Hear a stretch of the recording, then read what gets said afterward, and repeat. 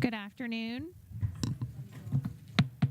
Good afternoon. I would like to call this workshop to order at 2 p.m. We'll start with our presentations. Item number 1, 26-3821, presentation of the ABC Institute Apprenticeship Training Program. Welcome. Thanks for joining us.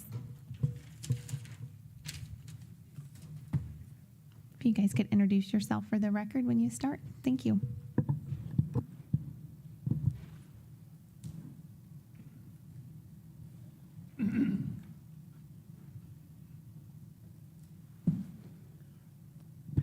Good afternoon. My name is Radia Dent, and I'm the Director of Adult and Technical Education for Wilton Simpson Technical College.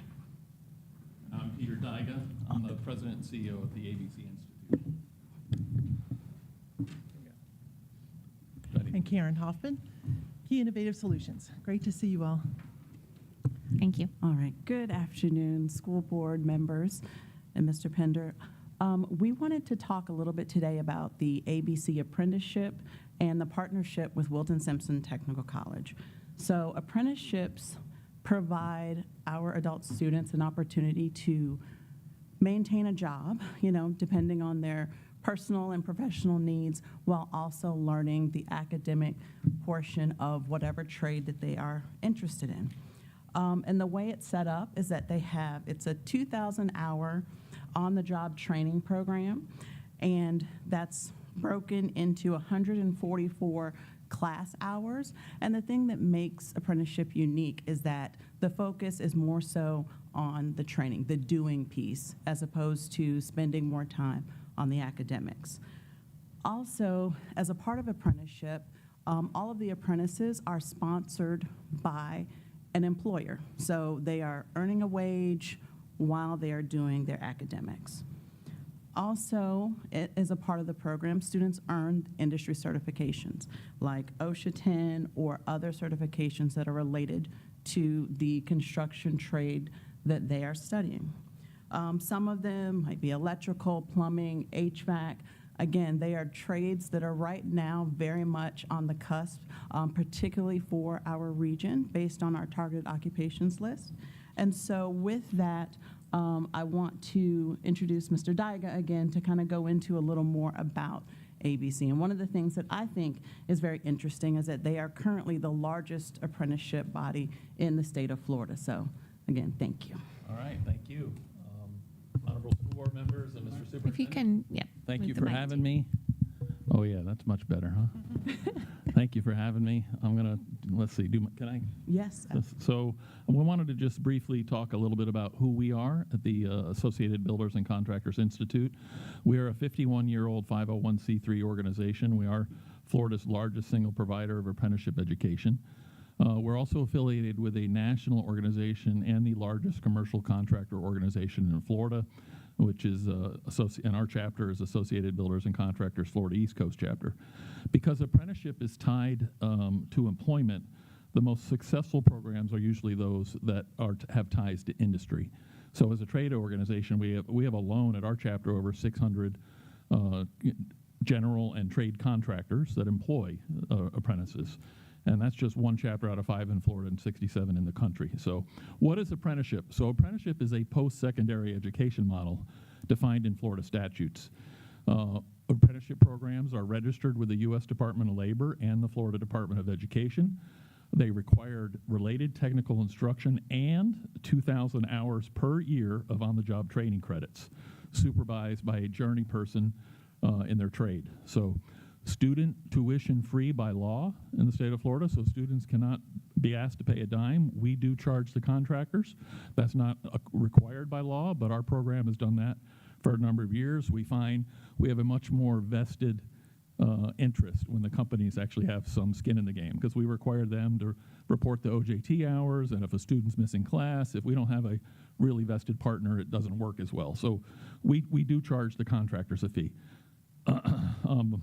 100% job placement. This is a very critical, apprenticeship is not a jobs program in the sense you can't be an apprentice unless you're working in the trade.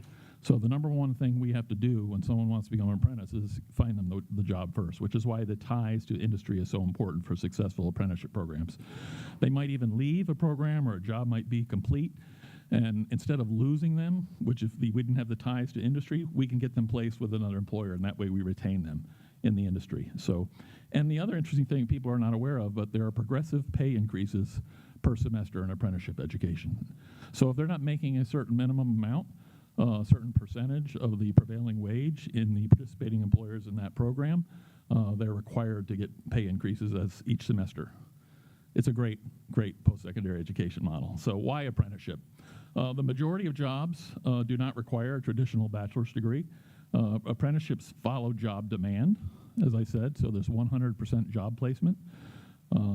A graduate journeyman makes more on average than a graduate from a traditional 4-year program, and there's no student debt and lifelong learning. We have matriculation agreements with various colleges in the state of Florida, so that if someone who graduates as a journeyman, some path down the road wants to become an estimator or a project manager at their company, they've got a number of 27 credits towards an associate's degree. So we're proud of that aspect as well. Our partnership. For the 26-27 academic year, we will be providing apprenticeship education in 9 different trades: electrical, line erector, plumbing, HVAC, fire sprinkler, pipe fitting, roofing, welding, and form carpentry. And we'll be doing that at 7 different campuses. 2 flagship campuses are being our 24,000 square foot facility in Hialeah and a 15,000 square foot facility in Coconut Creek, Florida. So our partnership continued. As a pass-through local education agency, all related services will be provided by the ABC Institute. But Hernando County Public School District will retain approximately $484 per student to reinvest in your own workforce development programs. And with over 800 students alone and growing, the ABC Institute should be able to generate approximately $400,000 a year for the Hernando County School District to start, and we're growing. I think that's it. That was my presentation, unless there's any questions. Thank you. Board? Thank you. Mr. Johnson? So I want to talk about the partnership. It costs us, you're going to pay us how much per student? You approximately, by law that was passed recently, you get 10% of the total funding that's available as a pass-through, and that I estimate that to be a little under $500. Okay. And that's where the 400,000 comes from. Mm-hmm. Times 800 Now, when you say students. pass-through, are you talking about college, kids that have graduated high school, or are we talking about high school students? No, these would be apprentices that are enrolled in our program. And basically, the partnership is us sending the student count through you all to the Department of Education. So it's a pass-through in the sense of you're not providing any services. The ABC Institute is the registered apprenticeship program, and we provide, the instructors are on our payroll and the facilities and the curriculum. So basically, we just submit the count through Hernando County, and then you draw down the money and you reimburse us. So this is Dr. I'm sorry. You're sitting here, so I assume this is going to be done at Wilt Simpson Technical? So we are in partnership as their local education agency. Currently, we don't have a branch of the apprenticeship here, but certainly that can be an option as it continues to grow. But right now, we're functioning in partnership with them as their education agency. Okay, so if a student from Hernando County got involved with this partnership currently, where would they have to go for the education? If there's someone in Hernando County that wanted to be an apprentice, we have a chapter in Tampa that covers this area. So we could connect them with the Tampa chapter Thank you. in terms of employment and getting them enrolled in the program. So you don't have any local partners right now that they could do apprenticeships with? They would have to go to Tampa? If they wanted to enroll in an apprenticeship program, Tampa would be the closest place. Do you have any? For now. That's what I was, yeah. Are you aspiring to try to get local? Well, one of the beautiful things about us is we're very nimble. So we're constantly, if we can find an employer, for example, that's willing to do what we call in-house, we can start tomorrow a program there. The challenge about apprenticeship, though, is because it's related to employment, if you don't have, and there's economies of scale, so a class doesn't really make sense unless you can get 20 or 25 students. So if you don't have an employer that has at least 20 or 25 in a given trade, electrical, plumbing, or whatever, it's difficult. It's a difficult thing to do in more rural counties because of the economies of scale, if you will. So, but if we can find an employer that's willing to do what we call in-house, we could be doing it here, right away. So, but to the point, the real partnership here is the state law requires, in order to fund apprenticeship for providers like us, to work through a local education agency, which is a public college, university, or school district. So would it be aligned, it would be with our state CTE standard? Yes. Yes. Yeah, they have, for each of the programs or the different trades, they have standards for their apprenticeship that they've established that speaks to the academics and curriculum that they'll study. And in the electrical, they have to pass a journeyman's exam. And then So what they're learning is the theory behind it, so they can take that test. But how many students would you have to have at a local employer to start to work this? We generally like to have a class of 20 or 25 to make the paying for that instructor full-time. and how are we marketing to get these students? So we want to be very cautious about it, so we want to take this first step and make sure that it's something that, is blessed by the school board. And then we would do what we normally do with marketing. We would reach out to our industry partners, include them in our school-wide and program advisory to then begin that relationship to build and find potential sponsoring employers. Okay, Ms. Rodriguez?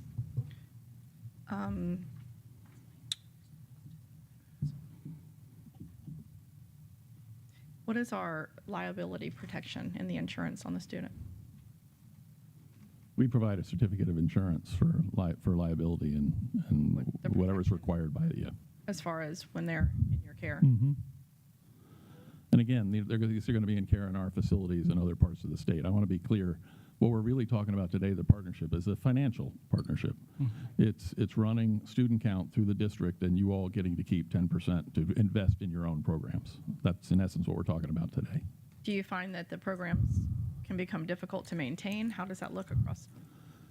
No, I mean, we're growing. Again, we're the single largest provider of apprenticeship in the state of Florida. We've been doing it for 51 years. We do this well. We do placement well. Our biggest challenge is finding those entry-level people to get them employed initially, What in is the your industry. completion and placement rates? We have about right now about a 90% retention rate year to year, which is very high in apprenticeship education. So probably about 70% over the course of a 3 or 4 year program. And then what's the cost for the employer to be part of your program? It varies for us. So we have a member and a non-member rate. So in other words, our members who they've helped us invest, in all the facilities and everything we do, so they get a reduced rate. And then we also have a sliding scale depending on the number of enrollees. So it's one price for the first 5. It's about 50% off and the top price is around $1,000, give or take. So it's very affordable, even for the contractors. But then for the next 5, from 6 to 10, it's 50% of that. And then for ABC members, if you have 11 or more apprentices enrolled, it's a flat $385 fee. It's very affordable. Okay. Ms. Ponzik? I just have one question to just make sure I'm understanding. Right now, if we say okay, we're all saying okay, right? You would actually start running students through, even if they weren't our students, correct? Correct. Giving us Correct. And this there's- amount of money. Correct. Okay, that's all I need to know. Thank you. Superintendent Bender? Yeah, I just wanted to make sure that that was clear, that this is, like Dr. Dent said, it's a 2-step process. The first step is developing that partnership. We're the LEA or the pass-through.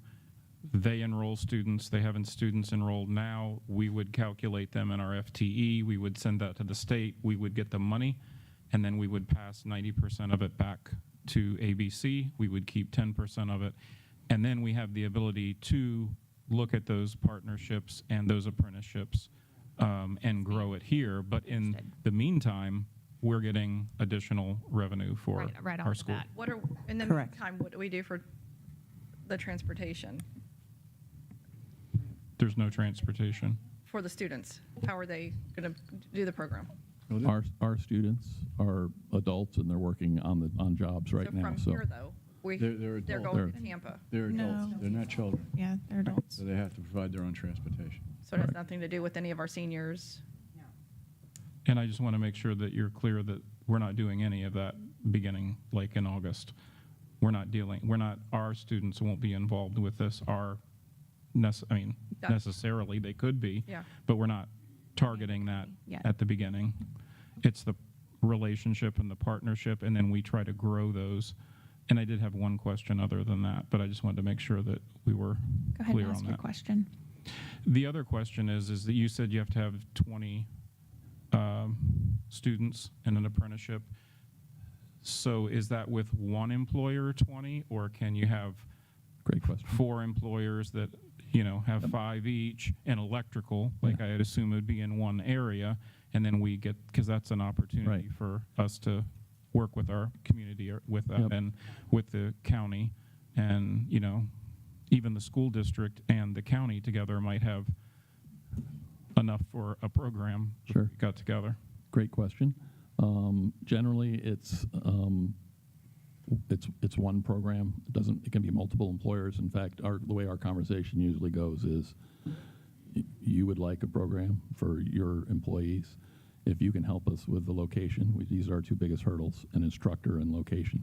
If you can help us with those, we'll start tomorrow, with the understanding that 20 to 25 is where it gets in terms of paying for that instructor, because we do have to pay them. So, and part of that conversation is making sure they agree up front. You have to allow, like if you're doing it at your yard or your facility, you have to allow employees from other companies to be able to attend. So how many So it can hours be- is this? Correct me if I'm wrong, but you're talking about 3 hours twice a week? It's about right, or one hour, or 1 day a week, or 4 hours 1 day a week. So that would be, that if we got the 20 students together, would take place at Wilton Simpson? Is that the, Yes, we could work through those logistics. so if we turned around and developed 20 odd students, not odd people, but number-wise, Employed, yeah. that's the key. If they were employed, they could turn around and we could hold the class at Wilt Simpson and we generate additional income? You would. And I heard about the marketing. What is the goal for the marketing? How does that work? The marketing of the apprenticeship program? In our county, for them to know about it. Well, that's a bridge we haven't crossed over yet, but. Correct. We have a lot of experience in that, so we certainly would. Right, and a lot of our industry partners within our advisory meeting, which is coming up, again, that's where the conversation begins, and typically, they know other people that might potentially be interested, and so that's how we would start that marketing, is to reach out to our industry partners or related industries within the area that may want to upskill some of their workers. Would it be safe to say, probably a year into of you coming and we're getting money for about a year, and then after that year, it would be safe to say that at that point, we'd be putting programs into Wilton, Texas, and Sims from the money we're making from you. If I'm understanding this correct, right? We'd be making money from you. We then put the program into there and then get you on board with us here in the county. So a year, 2 years. Easily. Okay, perfect. And quite frankly, you wouldn't have to use the money we're generating from our current students for that. You could invest that in however you want. Yep. Go If I right may ahead. We're going to take that money Go and ahead. do Karen had asked me to just mention, so we have our second largest company is a company called Mostech. Some of you may have heard of them. Our second largest program is the lineman program. They have a couple work centers in the Panhandle, and they basically said, we want to, it's not outside of a region that we traditionally have not had a program, but they said, we want to have a program for our work crews up in that area. And so they helped us identify the instructor and the space, and so next academic year we'll be doing a lineman program up in the Panhandle. So that's a good example of how when there's an employer need, all the only hurdles we have to overcome is finding the instructor, which can be a challenge, but that's probably the biggest hurdle, and then the space, and then we're off to the races. So And your that can be program done pays anywhere. for the teacher. Is that- Ma'am. Thank you. Just wanted to clarify that. See, when I did my program back in 2018, similar. We had 2 hours one night a week to put out helpers. And once somebody developed the skills, we did not teach any theory. We strictly had to do things to pass code.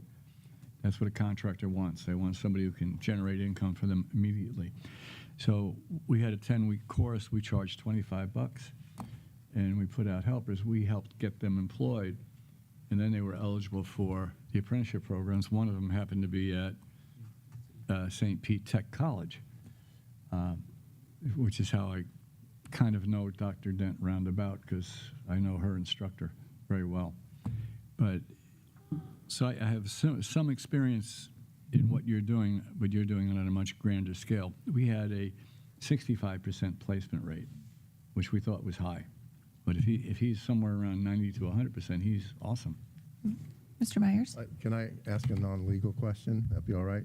I'm just curious, the other school districts that you have relationships with, can you share that with the board?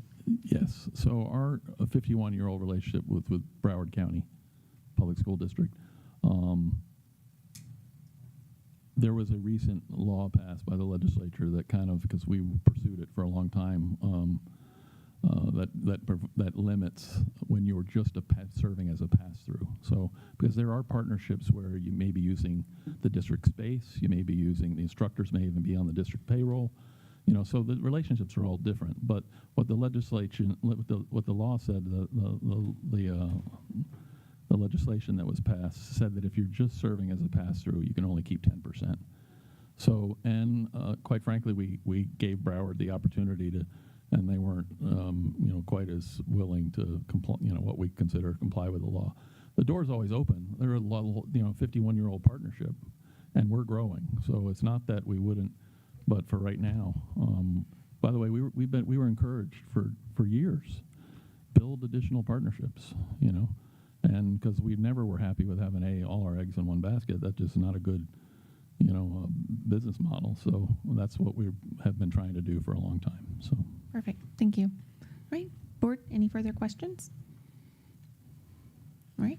Well, Mr. Can't wait for Johnson? this to come back to us. Yes. It's on the agenda. It's on the agenda tonight for approval. All right. Oh, Ms. Rodriguez has one more comment. So anything that you currently offer, it would be opposite of that Wilton Simpson, as far as automotive tech, that's already in place. So that's something that wasn't in the list. Correct. The focus with ABC are construction related, which is an area where we'd like to explore that opportunity to grow and increase our number of programs. Yes, you may. great question. So our trade association is of commercial contractors, so that's why we focus on. Now, we have entered into a MOU with, like, for example, Space Florida. We've identified some land over on that side of the state where we plan on developing a large training center. And part of the reason for that is because the space industry needs a lot of the same, very similar trades, welding and form carpentry and a lot of electricians and whatnot. So even though we're talking primarily about placement with contractors right now, these trades and these jobs are utilized across all sorts of industry spectrums. So, but yeah, our focus primarily is in the construction trades. Thank you. Okay. Thank you so much. I think that's it. Thank you all for your Thank you time. for being here. Thank you very much. Thank you. Thank you. And at this time, we'll have item number 2, 26-3800, update on health insurance for the 2027 calendar year fleet presentation. Welcome. If you guys can state your name for the record. Board Chair, board members, Superintendent Pender, we're here today to discuss an update on what we're going to do for health insurance for the 2027 school year. Let me just get the presentation up.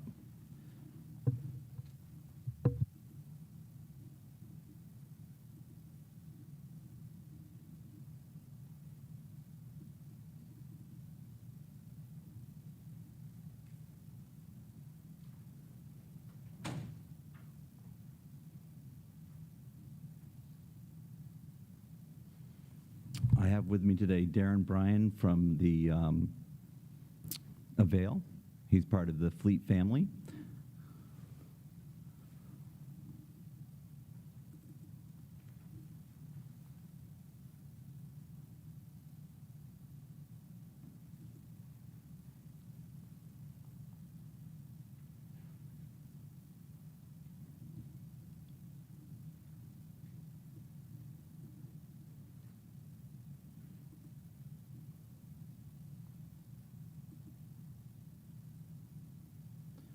Okay. So I'm here today to give you an update. When we first started talking with Fleet and did the participation agreement, we talked about coming back and giving the board update through workshops, so that's what I'm here to do today. And so I just want to outline the parallel process we're going to go through this year to plan for 2027. And Mr. Bryan's here and can help us with anything that you have questions about from Fleet. But the parallel process is going to be that we're going to get a fully insured quote from Florida Blue, and we're also going to explore going self-insured. And for that self-insurance, we're going to use Fleet to support us in that process.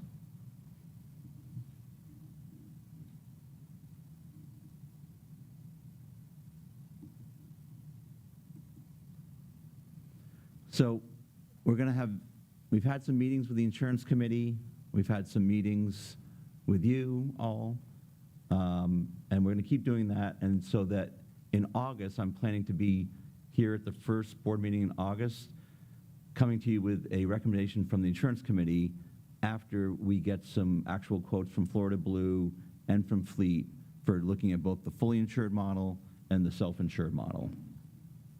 And then after that workshop, we'll come back for it on the agenda once more for a final board meeting. You guys will make a decision, and then we'll go to open enrollment with whatever decision is made. So your intention is for this to be in place hypothetically by January 1st? Yes. So I have a few things. Okay. When you come back, can you actually bring data with you on a couple of things? One, other districts and what they saved their first year or 2 years or even 3 years, as well as our claims that we put in for last year. So I looked at, like we have on the board tonight for our recommendations for, what do I want to say, employment, basically, right? We lost almost 50 people on this last one, on our board agenda. Now we're going to hire 50 new people, or maybe we already have, but that's going to change what our insurance was even last year. Say we have somebody that comes in with 10 kids and wants our insurance, and that's all they're working for is to pay for our insurance. So to me, looking at all this stuff and the rainbows and butterflies of what you put on paper, I want to see numbers. I want to see actual data that shows districts that are using this and if they're happy with it. I mean, if you're going to bring to me another county that paid $2 million in claims and didn't save any money, we don't have $2 million to pay out if we get in that situation. So I'd rather just see good data. Can I touch on that? Yeah. Under a traditional fully insured plan, that insurance company, they are the one who controls the pricing and the risk decisions, correct? Like Blue Cross Blue Shield. And then when we go with a private self-insured company, then that gives school district-led governance. And that also gives the superintendent oversight instead of carrier-driven oversight. So flexibility is the biggest thing, and it changes everything when it comes to private going from Blue Cross Blue Shield to private, does it not? We're still going to, I'd like Mr. Bryan to speak to other companies that have gone, because I think he can answer some of your questions, because It's school district-led governance compared to what we've known for years, what we've been doing with Blue Cross Blue Shield. This is totally different. Yes, ma'am, it The other is. aspect, if you read the benefits, which I think might be on the next slide. Yeah. There's no state tax, so we save because we don't have to pay the state tax because we are exempt from it, and there's no commission. We pay a broker fee to Blue Cross. If we're still using Blue Cross, and we're not paying a broker's fee, and saving that commission, and we're saving the state taxes, we got to save money on Well, what we're getting. that would be nice to see those numbers, and also We to need the numbers, see, but they're there. yeah, Now, if you're talking about how much are we when paying you're for talking stop about- insurance? Talking about long-term disability or problems where it's a $200 million claim, there's additional insurance, which I'm sure Matt or Brian can explain, that kicks in. That's a different plan built within the insurance, as he explained the last time. The Blue Cross policy is for normal type office visits, doctor visits, hospitalization. If it's something that gets to be exotic, God forbid, if it's cancer or something worse, then the other policy kicks in. and we don't have to pay out that type of a claim. Am I right or wrong? Yes, sir. There's And- there is a stop loss component to Thank that. you. To that. And districts, like any school district that you partner with, we still can keep our own plan design and the medical carrier, correct? Absolutely. Yes, ma'am. And what's the cost of the stop loss insurance? Do not know yet. Right. Way too far out. Blue Cross Blue Shield will give us a quote. FLET will go out and get bids to counter that in terms of making sure we get the best deal on the stop loss. And that's one of the benefits to going self-insured is that you, over time, particularly, get to bid out each portion of the insurance, which includes your network, which includes prescriptions, which includes the stop loss. So all those parts, if we can leverage and get the best deal on each of those parts, that's one reason we're going to save money, and that's the whole idea. I'm assuming you've looked at our numbers for that we have enough employees to be able to negotiate aggressively with the pharmacy benefit managers, the stop loss insurers, the healthcare vendors, any of our specialty pharmacy. And that's on the, you guys keep doing a good job of going to the next slide, which is one of the benefits to going to the health trust is that we're now talking about our 2,300 members anymore. We're talking about 60,000, and that again is the leverage power of numbers to get the best deal. So we're capable right now. We are considered, we have enough employees to be able to negotiate aggressively. Yes, ma'am. But you will be able to negotiate much more aggressively as a member of Fleet to that point. I think once we have the actual numbers, which is what I thought you were coming here today with, we Right. would have a better idea of how it stands, and we I can think take better if you action. looked at that timeline, I'm going to be coming to you at the next workshop with the recommendations of the insurance committee. Until we get the actual quote from Florida Blue, it's hard to discuss numbers. Mr. Johnson, you asked when we spoke last week, the premiums cost $28 million for Florida Blue last year for all the different members we had on the different plans. So we start to think about things like having 7 to 15% of that is going to be more in our wheelhouse rather than in the profits of Florida Blue. Because the structure of self-insured takes large claim volatility and it makes it smaller. It also lowers our stop loss expense. So even though we don't have the numbers yet, we know that those numbers are still going to come in better. Well, it actually comes from the fact that we're not paying a broker or a broker's fee, which if you sell health insurance, the commission is 15%. So even if we save 10% on that, we're still saving at that number close to $3 million a year. Not to mention, we will be sharing certain risk layers across districts by being with you. Is that true? Eventually, yes, ma'am. All right, Ms. Bonzik. Eventually, how long is eventually? 2 years, 3 years? What I'm saying is I talked to one of the counties and there wasn't big savings. They were putting more money in. The way I see things right now, we can't County? afford to put more money in. Mrs. Bonsick, So- what county would that be? Call Lucia, call Broward, call any of the counties. I would like that data. I would like to see their being in this system for 3 years or longer, not a year, 3 years, and show me how their first year went. We're not in a position, our district is not in a position to put out a whole bunch of money that we don't have. The thing you have to keep in mind is that any district is in that position, but any district, regardless of whether they go fully insured or self-insured, has the reality of their claims experience. And so if some districts that you're talking to aren't explaining to you that they had a lot of bad claims that year, that makes a difference in how much money is saved within that district within the plan. So whatever choice you guys make, whether we go fully insured or self-insured, our claims experience is going to be our claims experience. And we're going to have more flexibility in the self-insured model than the fully insured model, because the fully insured model will just result in a higher, a rate increase the following year because of that claims experience. Mr. Pender? So I think, I'm thinking back to Mrs. Rodriguez's original question. I think what you were asking, I could be wrong, but I think what you were asking as us being the decision makers, we're not going to be the decision makers for who gets what care. That's right. As if anybody was here before, at one point when we attempted self-insured, And it was the a mess. board is not going to be the person that's deciding. If we stay with Florida Blue, I believe do I have the letters ASO? Right? Correct. If Florida Blue continues to be our ASO, they will continue to provide our insurance from the employee's perspective. The network will remain the same, and they will still make decisions on care. Fleet, and I do get what you're saying about the numbers. We need numbers, and that'll be at the next meeting. This informational meeting is a promise kept because we said that we would update the board regularly. I got with Matt after that meeting we had, I don't know, 6 months ago, and I said I want the board to be informed along the way.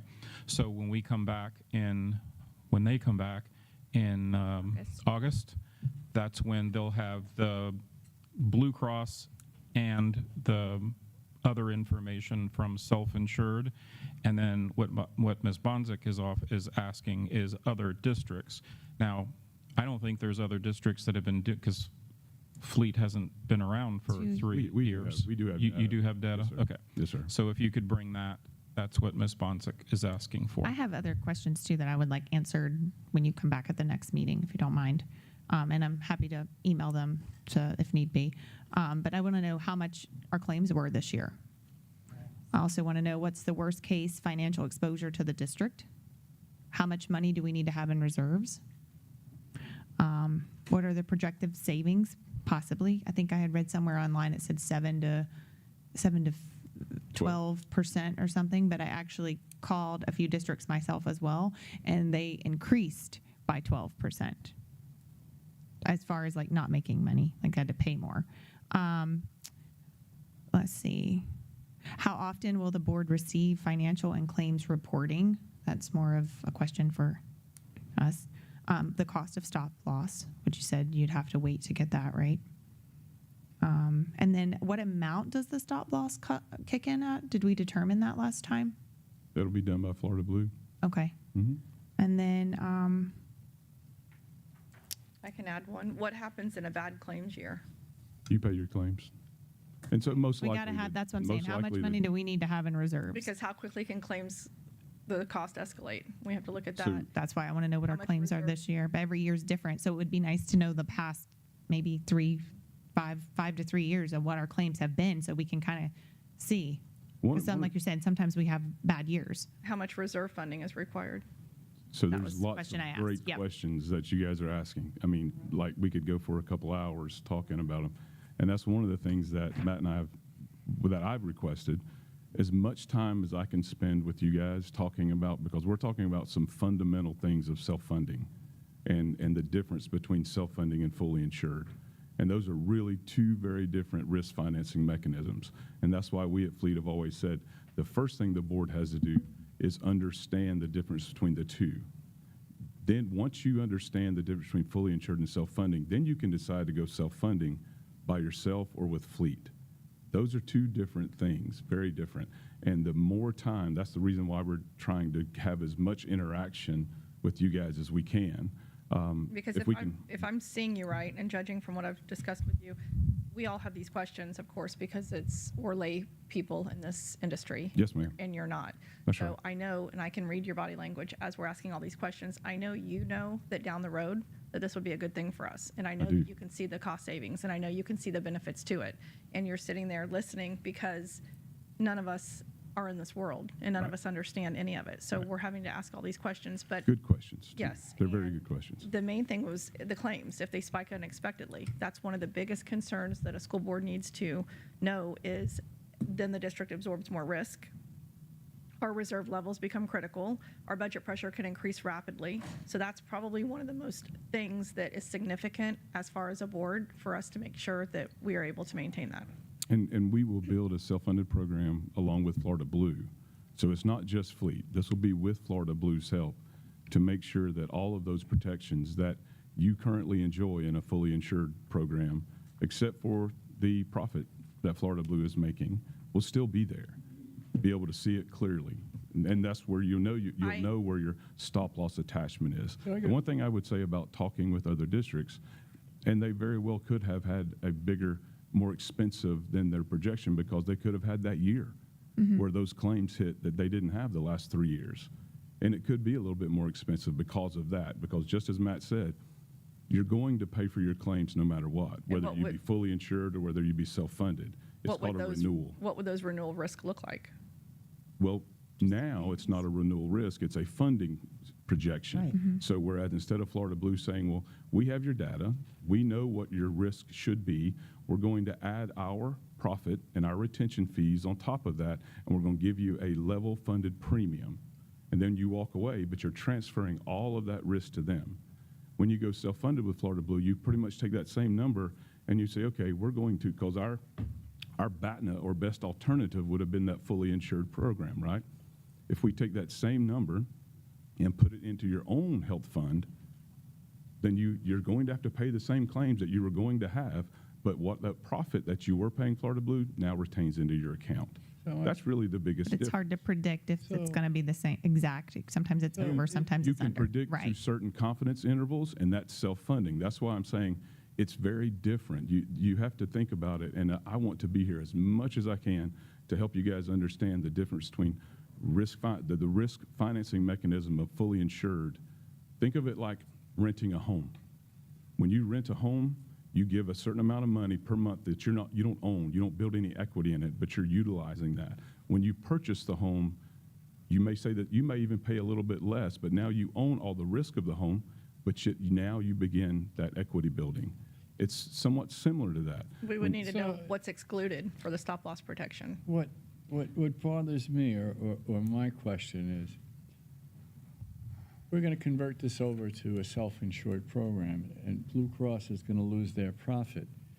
What's to stop them for saying that our risk assessment is X amount of dollars, knowing that we're going to surpass that, just so that we fail and go back to them at a higher premium? Because when we start next January, that data will start to come to us. One of the problems we have right now going to this year, and one of the reasons that Fleet always recommends, and correct me if I'm wrong, is that we don't own our data right now. Florida Blue owns our data. Starting January 1st, we'll have that data. So that fear you have won't be a thing, because our data will be sitting, that we have the capability to look at it and make those what I'm predictions saying- much better. Who's going to than we look do at now. it? What I'm saying, Matt, is what about if Fleet. Florida Blue says your risk was X, and it's really Y, and they suppressed it. So we make a premium based on it being X, and all of a sudden we hit the Y number, or within a reasonable margin of it, even though that's what it should have been. But yet they're not telling us because they're suppressing the results, and then all of a sudden we have this exposure that we didn't have. How do we fight against that? So- How do we know the numbers they're giving us aren't true? Do you have access to the MIB, the verified data? Yes, sir. We'll have as much access as Florida Blue will give us. And typically, especially in this situation, you guys have a really good relationship with Florida Blue. I know the account executive. I've worked with him for 20 plus years. He's a good person. And he and I have already spoken about this, and Florida Blue's endorsing this move. They're not against you guys moving self-funded. They think that it's probably the best thing for you, especially with the way things are happening in the fully insured world right now. And I think it would be nice to see what districts have actual verified savings.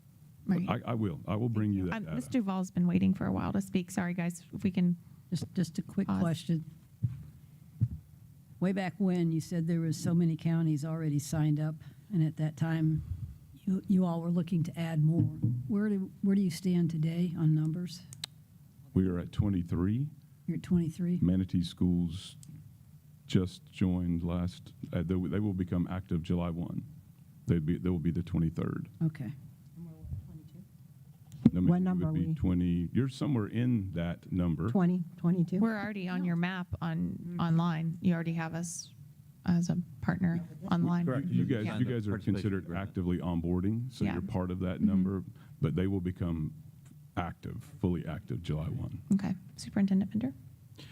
So I think that as we go through this, all of the questions and well, as many of the questions as possible, I hear the questions that many of you have, and they're questions that I had earlier, that now, hearing this over and over a couple times, I'm starting to, in my head, be able to formulate answers to your questions, so that's good. I'm learning as we go. But I think the other thing is that it's, I said this the other day in a meeting, I'm not sure we can afford to stay where we are in fully insured. Thank you. Either way, we may see increases. I can tell you next year, if we stay fully insured, there will be an increase. This year, I believe it was at 7%? 6%. 6% in the end? So we had a 6% increase in the end, and I don't see that changing. I only see that increasing. So all of those questions about money and reserves, those are valid, really scary questions, and they're very good questions that need to be answered before any of us feel comfortable moving forward. And the way I understand it, next time you come back, that in August or even before, if the board maybe can send your questions to Kelly, and then Kelly can map them out by board member questions, send it to you. Maybe we can start that conversation. It would be good that we start that conversation kind of like I think you've started, where you had some conversations with board members. Yes, sir. And answer those questions so that when we come back as a group, we can have those next level questions. Sure. And we have that knowledge base to move forward. But coming back in August or sooner with numbers, and July and August would be helpful. So We're just waiting on Florida Blue. yeah. They're because you're looking and because they're different. Florida Blue giving you a stop loss quote is very different than giving you a fully insured quote. And I can get into the weeds as to why that's different, but they're going to wait as long as they can. They're going to wait as close to they can get to their renewal before they're going to give it solid. And there's a good reason behind that, and we can go into that, and it's just part of the industry, and it makes sense in actuarially why that works. All right, Ms. Bonzik. So I'm okay with that. My part is, like, I could read this, you send it, we get it before our board meetings, we look through it, we read it, right? I want to see the actual data of somebody saving money. Sure. It's I no can get you different that than tomorrow. it's no different than looking at another insurance company. They can prove to us, well, look, I can save you by da da da. This doesn't show me that. That's what I want to see, because I don't want to put us in a position by voting on something that we're $2 million short, and now we got to figure out how to pay people's claims and pay for insurance for people that we don't have the money. Yes, ma'am. So- I can Superintendent get Bender? you aggregate data from FADS from Fleet that you can see districts saving dollars. Thank you. I'm going to say something, and I want you to correct me if I'm wrong, okay? And yes, that data is important. But when we get that data from another county, it doesn't mean that's going to be our data. 100%. So I understand you want some reassurance that someone has saved money somewhere in this process, and I just want to make it clear that their data is not our data. And We have 67 counties. I'd be like, let's jump on it if it was 35, 40. We got 20 of them, and one of them is us. So Yeah. again, somewhere in the process. we've done Brand this new. before a long time ago, and it was different. Sure. But I don't want to be in that situation. I don't want to put I don't my either, teachers, believe I don't want to put anybody in a situation that they can't get health care that they need because we decided that this was going to save us money and didn't. All right, Mr. Myers. You know, this is a question I asked before in another school district, and I didn't really get an answer. I was just curious. Has an audit been performed of Fleet's books and records? And if so, is that audit available? That's what I was going to ask you. Good question. It is being performed currently as we speak, and as soon as it's available, FADS will make it available. Is that your only audit? Well, it's only been a year. And so the audit is being performed today, Have any- or as of right now. Have any districts left? No. Okay. Do we have any further questions? We do. I think the biggest thing is for the employees, how this impacts them. So I think that's really what we're all up here making sure of, is that we have to protect them, for the employees to feel confident and to like the transition. A lot of them love their doctors. Will they be able to keep their doctors? Naturally, if we stay with the Blue Cross Blue Shield, that wouldn't be a problem, correct? Correct. And then is the prescription coverage going to change? They're going to want to know all those questions. Will the premiums increase? What's their deductible or out-of-pocket cost? Is that going to increase? These are all the things they're going to ask. Will we have something to be able to give them, to show them? I can answer all those right now if you'd like me to. Okay. So the idea is that the impact to the employee when a Florida Blue fully insured group moves into fleet and wants to stay still blue is minimal to zero. Members still maintain their member number. So any type of prior authorizations they've already gotten with their provider, any step therapies, all those remain in place. It's only if you decide that we will benchmark. So what Fleet will do is, that's why it's important for you to understand, do we want to go fully insured or self-funded by ourselves first? When you understand that, and you just say, okay, this is what our self-funded program looks like with Blue. Now would we want to go with maybe Fleet? How could Fleet help us? That's the process which we want you to go through. Once you've decided that, hey, we'd like to be members of Fleet, and then that's when the power of Fleet can benchmark against some of the programs within Blue. Your pharmacy program will stay with Blue, with Prime, right? But it could be with a different one. They may even quote you with their National Alliance program, which is a self-funded program for their pharmacy. We will take the Fleet program and benchmark that and show you a price difference if you'd like us to. And a lot of times, one will come down and one may not. The stop loss, we will do our full-blown financial forecasting and analysis on your group along with Florida Blue.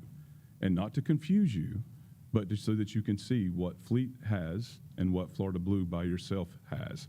We've done this with other Florida Blue districts already. This is kind of the process we use with them. It's non-competitive. There isn't any type of angst among us in Florida Blue when we do this, because we're all looking for the best for you guys. So to the employee, year one, no change. They don't even see it. They'll get a new card, but that's it. Their doctor, unless you all decide. If the insurance committee recommends to you all that they want to change plan design, all of that comes from within you all. Fleet is agnostic to all of that. It doesn't care, it's not the right word, but it doesn't have a say on what your plan design looks like. Fleet's power comes in risk sharing. The idea is getting to the risk sharing component, and that is the stop loss. But you have to be settled within Fleet for a couple years to get to that position. We can't have groups, to someone's point, what if we jump to self-funding and we don't like it and we're going to just leave? Right? You can go back and forth. Now, one becomes financially almost impossible. Once you decide to go self-funding, then it's really hard to go back to the fully insured world, because you're going to make up all those years of profit you're going to have to make up with the Blue or with whoever it is, United Healthcare, Humana, doesn't matter, because that's the way fully insured works. When you transfer risk to another district or to another company, they're going to make you pay for that risk. When you hold the risk, you pay your claims, but if there's underwriting gain, which if you projected your claims correctly, you'll see that. And we'll give you what's called confidence intervals, and we'll give you one thing that I'd love to be able to spend time with you guys is helping you to understand the difference between what you're doing now in premium versus funding. It's kind of like your checking account. You fund your checking account to the level by which you think your bills are going to be.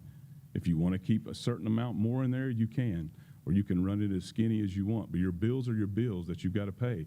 In your health insurance program, your claims are your claims. So now it looks like in a fully insured program, you have, if this is your claims corridor, from here to here is fixed cost. Florida Blue brings in a fixed projection for you and says, this is your fixed premium. We're taking the risk that if you have a really bad year, we're losing money. If you have a really great year, we're keeping the money. There's never a place that you get any money back, right? When you go self-funded, the fixed costs go to about 25%. Then the rest, either 30 to 75%, is now variable. That's your claims. That's where you make. That's where you make money. If you make money, you save money, right? And what we do is try to give you an actuarial value. So does Florida Blue. They try to give you an actuarial value or a forecasting of how close you can be to a certain confidence interval. 5 times out of 5, if we put this money in our account, our claims will be here or lower, or 6 times out of 10, or whatever it may be, right? That's what, when you want to see your numbers and what we come to you later on in the year, you'll see a funding projection versus a premium from Florida Blue, right? Florida Blue will give you a funding projection, and they're going to give you a premium.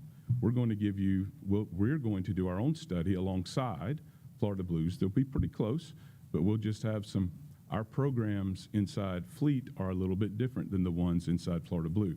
We typically don't request or see a district carve them out in year 1 because of the impact. We want it to be very minimal disruption to the employee when you go self-funding for the first year. So most districts say we're going to say fully insured, we're going to go fully blue, self-funded, no change in medicines. In year 2, after year 1, we'll have all your data sitting in Fleet. Then we can really make some good decisions, because Florida Blue is not going to give us every single piece we want. We'll request for it, but they just don't do that because they own it. We won't get it, but we'll have everything. During the middle of year 1, we'll also start working on our employee wellness or our employee wellness centers, our clinics that Fleet can bring into place and stand up. There's a lot of other components that go along with Fleet, just beside pricing. But And then what is the fee to be a part of Fleet? your size, it's $22.25 per employee per month. I think so. Yeah, I remember you saying that. Okay. And then as far as the wellness program, doesn't that become mandatory at some point? It's not mandatory to Fleet. It's part of Okay. our strategy that Okay. we recommend to the districts, that when you embrace it. As a matter of fact, to your point about the savings, when two of the districts that I'm going to show you who have embraced the Fleet strategy, that's where you'll see the savings in their clinics and in what they're doing in their plan design, how everything builds together as to one. But nothing's mandatory within Fleet. You're paying a PEPM, but you do not have to put the Fleet gas in that engine. It just And then- doesn't run as well. Do we have is it year to year on the price, the $22.50, or does that fluctuate every year? It fluctuates by your employee size. Okay. You're pretty close. At 2,500, it goes down a little bit. Okay. Ms. Rodriguez? And that's set by FADS, by Fleet, excuse me. And I think our goal is to aim for the clinic. I think that ultimately having the clinic with the program, that's making it robust and very strong. I think that that's going to give value to the employees more than not having it. It is our goal to, it's year 1, we will be, Marsh, who is our clinic program administrator inside Fleet, will be here, and But that definitely costs Immediately. money, too. So I think Yeah. our response, It needs to be in a location that's accessible for everybody in the county. Yeah. Not just in Brooksville or any place, it needs to be more central. And when you show data, I want good and bad. I don't just want 3 districts that 100% made all this big profit, and then you have 8 districts that paid a lot. You know what I'm saying? Like you said, you have 3 districts right away. You know off top they've embraced it, and I'm not sure what embracing means. I'll be So- careful. I have to be careful about sharing other districts' bad data. Right. And that kind of thing. I don't want another district to look bad. There's a lot of reasons why those districts might not have performed well their first year. And it may have been nothing to do with any decisions they made. It could have been All right. that year. But I'll try to get you every single thing you're asking for. well, I have a question. If we don't name the districts when it comes to the bad side, can we just know? I promise. I'll ask Fleet to give me everything. We will try to Just bring you. label them 1, 2, 3, or ABC. Yeah, we don't need to just, And then also the price of a wellness, like an average or estimate of what a wellness center may. So all that comes cost. when you join Fleet. And so Okay. the reason why I'm saying this, because a lot of these things that you're asking for are the resources that PEPM pays for, right? So I'm not saying you've got to join Fleet before we can, but that's what happens when you do join Fleet. We do pour those resources in and give you a very, very detailed clinical analysis. Right now, we have and no show you numbers exactly your savings. We have no numbers to make a decision off of. Right. No, sir, not yet. We could beg Florida Blue all we want, and they haven't released anything and yet. that's not because of Fleet. That's Blue Cross Blue Shield. Right. And it's too also early. just the annual schedule. Yeah, but it's also hard to make a decision to join, not. We're not having- asking you to make that tonight. decision today. Okay. I'm just Just here to saying. provide an update as I was asked to 6 Okay. months ago. Because at the end of the day, our responsibility as a board is to ensure that we're being fiscally responsible while also protecting the quality and stability of the healthcare benefits for all of our employees. So 100%. ultimately, we want them to be happy with the decision that we make. Agreed. All right. Agreed.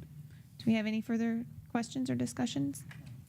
And Madam Chair, may I say, I Yes. will meet with any board member anytime to help you guys understand this. It is no problem for me. Every stakeholder needs to understand this before you decide what to do. So it's not saying that I won't be back until August. Matt knows I will drive up anytime and meet with you guys. Can you, anytime.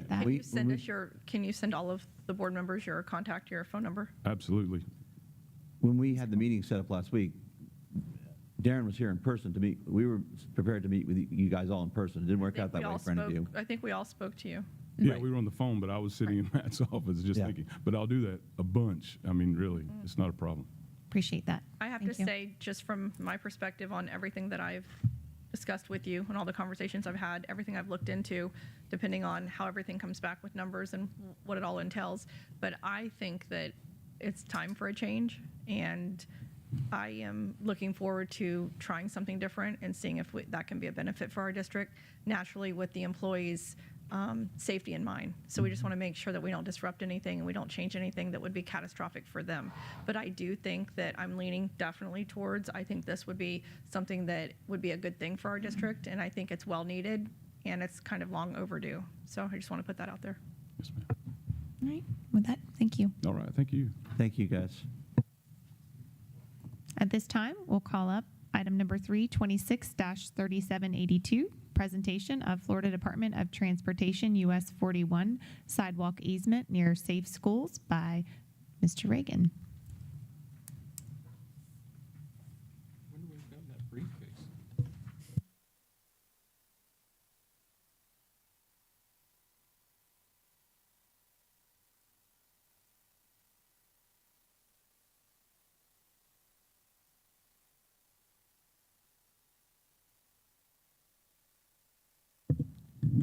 Good afternoon, Madam Chair, board members, Superintendent Pender.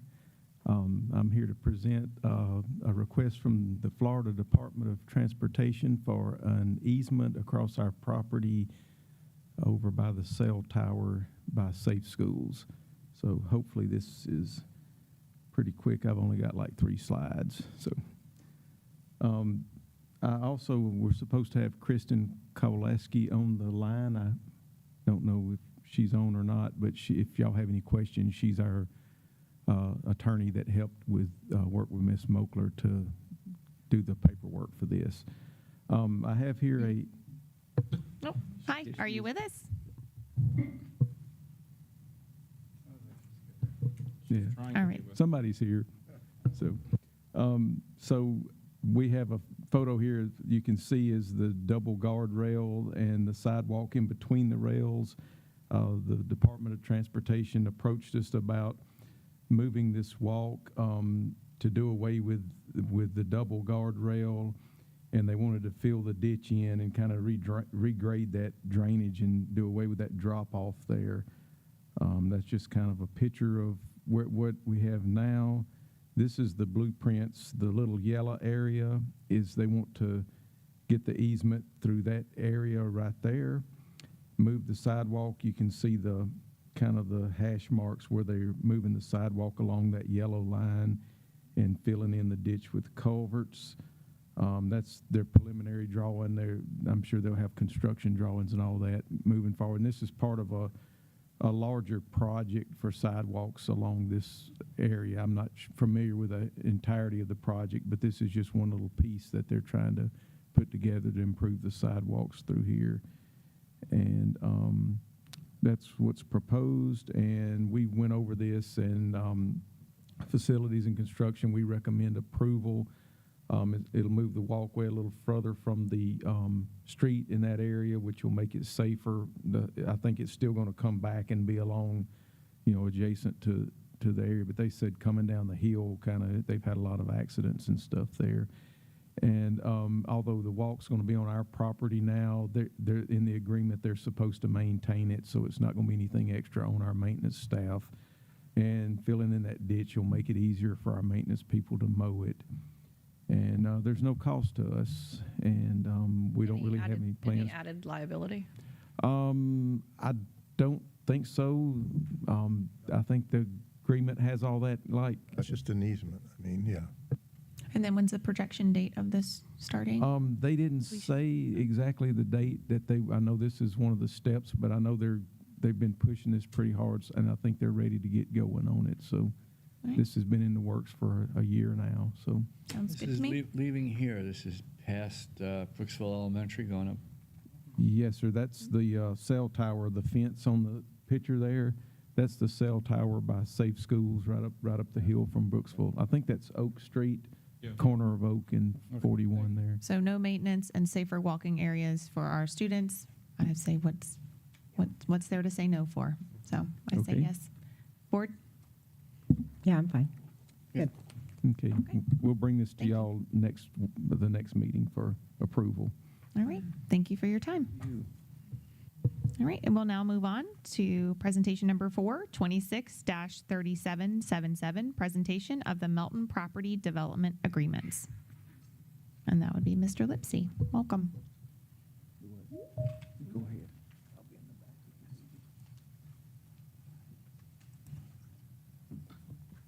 Hopefully you can be short and sweet like Mr. Reagan. Teasing.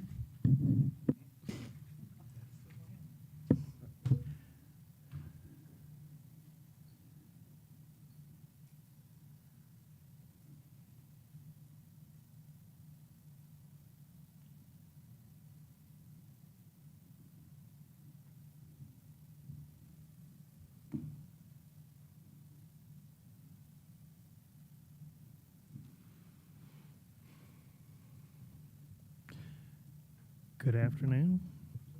Good Board members, afternoon. Superintendent. Jim Lipsy, school planner for the record. And we have on the line with us, just in case any questions come up, Chris Wilson, who coordinated with the developer's attorney in developing these two agreements. Chris, can you hear us? Yes, sir. Good afternoon, everybody. Good afternoon. Very good, thank you. Well, the purpose of today's presentation is to introduce to you two projects that are on property that is owned by the Jack Melton family. These projects have recently begun the development approval process. It's still very early in that process. They haven't even gone through rezoning yet. That'll be the next step for them. But while it is still early in the process, the school board has been asked to review the development agreements that the developer and the county will execute to establish certain terms and conditions.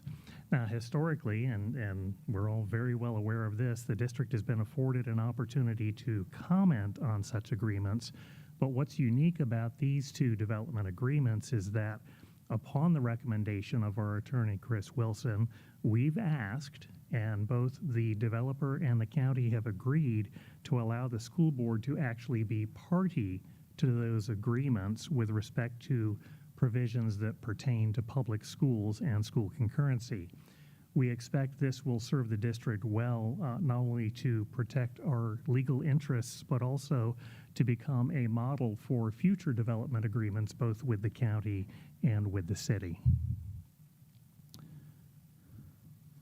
The image on this slide shows the two projects that are located on the west side of I-75, south of State Road 50.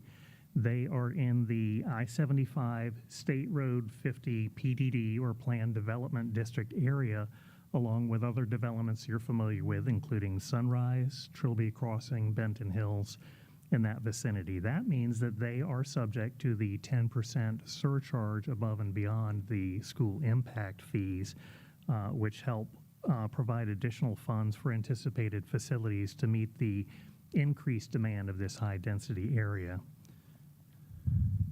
The northernmost of these two is Blackjack Ridge. So the master plan that's presented here, again, this is a concept that's going to be going before the Planning and Zoning Commission. So it's It's just a general layout of kinds of properties. There's nothing specific that's been committed to yet. But with the northern border of this 204-acre project directly fronting State Road 50, the master plan proposes highway commercial that you see in red, followed by a stepped reduction in density and intensity of uses as you go further south. The purple area represents commercial mixed use, including both commercial and multifamily uses. South of that in brown is a residential mixed use area allowing for a combination of multifamily as well as single family homes. And then the yellow areas furthest south represent single family homes.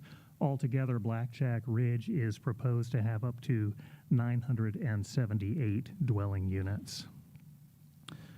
The image on slide 4 shows the master plan concept for Ginny Grove. This plan, because of the shape of it, is oriented with north to the right, so I-75 appears to be running left and right.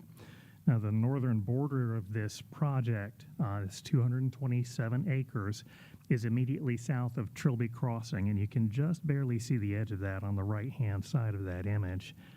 So, comprised entirely of single-family residential, Ginny Grove is proposed to have up to 907 homes. Key provisions of the development agreements to which the school board would be a limited party.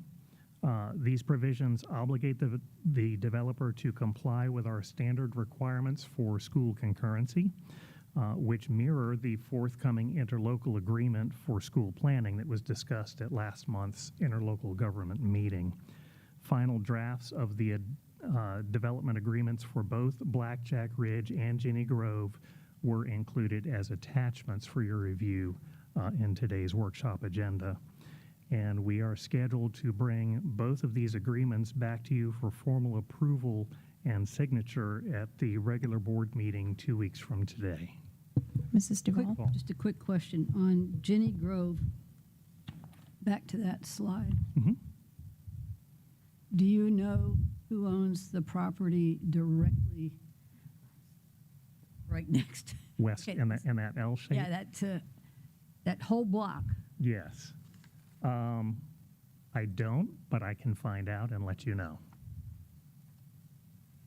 It would be nice to know. Sure. If that's something that's also going to be developed now that Trilby Crossing is to the right and this is 900 and something homes to the left of Trilby Crossing. What's happening with that other chunk of property?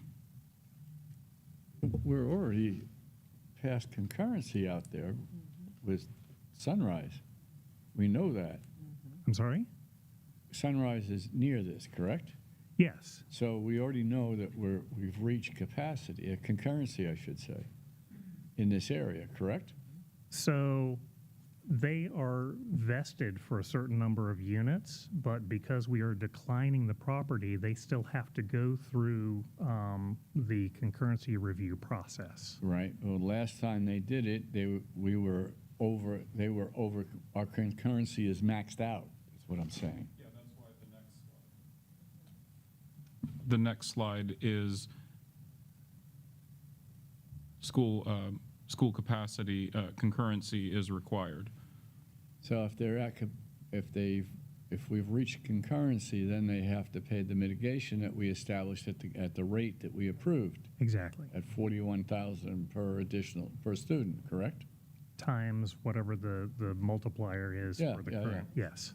And then, of course, that gets taken off the end when they pay their As the impact fee credit, yes. Yeah. So it's the standard process. What all this does, unlike the previous development agreements, is it better protects the school district's interest with regard to capacity and concurrency because the school board is now party to the agreement with respect to capacity. I understand that. Well, what I'm thinking about is we're going to need property out there to build a high school.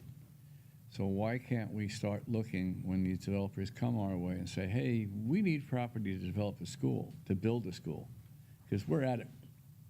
We don't have a high school that's going to support it. We all know that.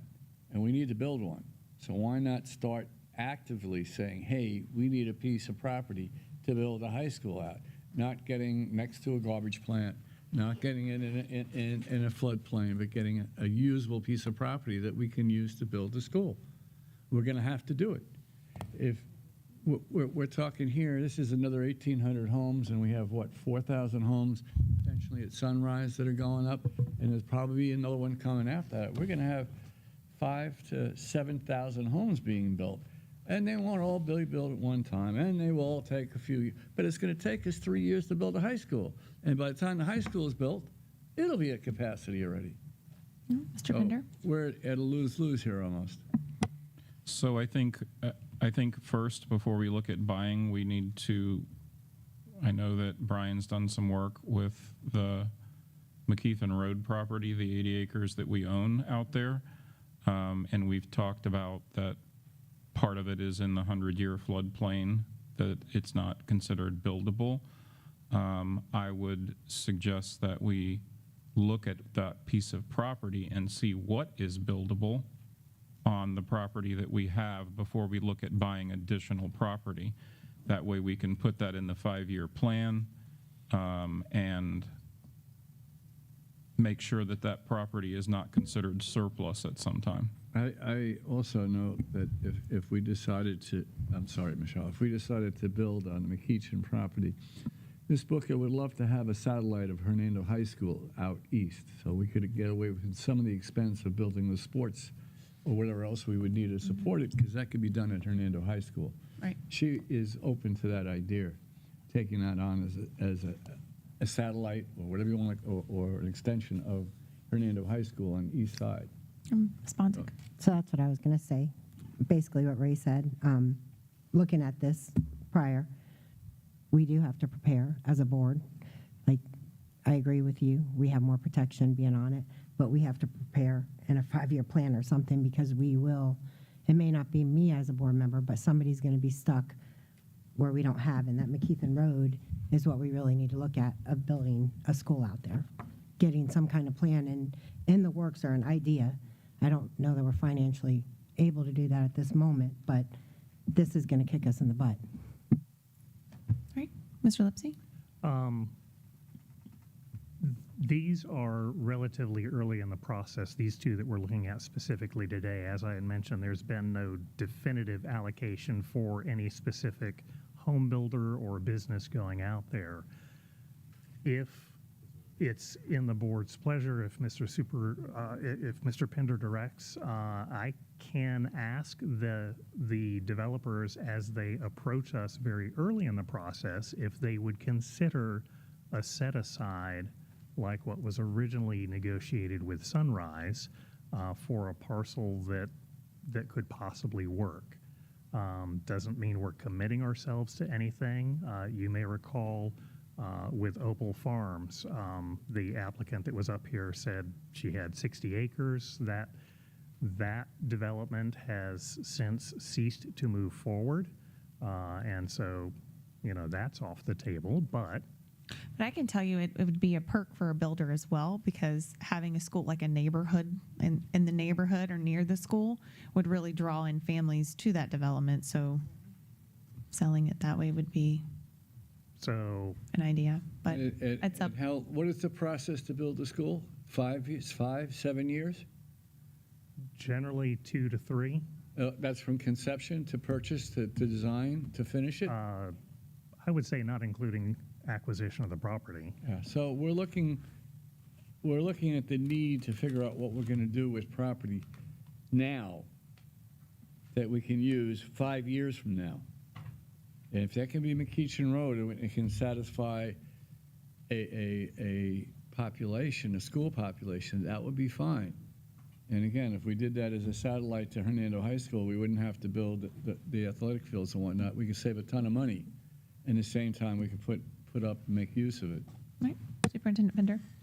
So I think asking isn't, you can ask. Hurt, right? It doesn't hurt. But I just want the board to remember that when you purchase property, it's going to be in the agreement what market value or whatever they assign to that property. And if we already have property, then that cuts down on that expense of building that building.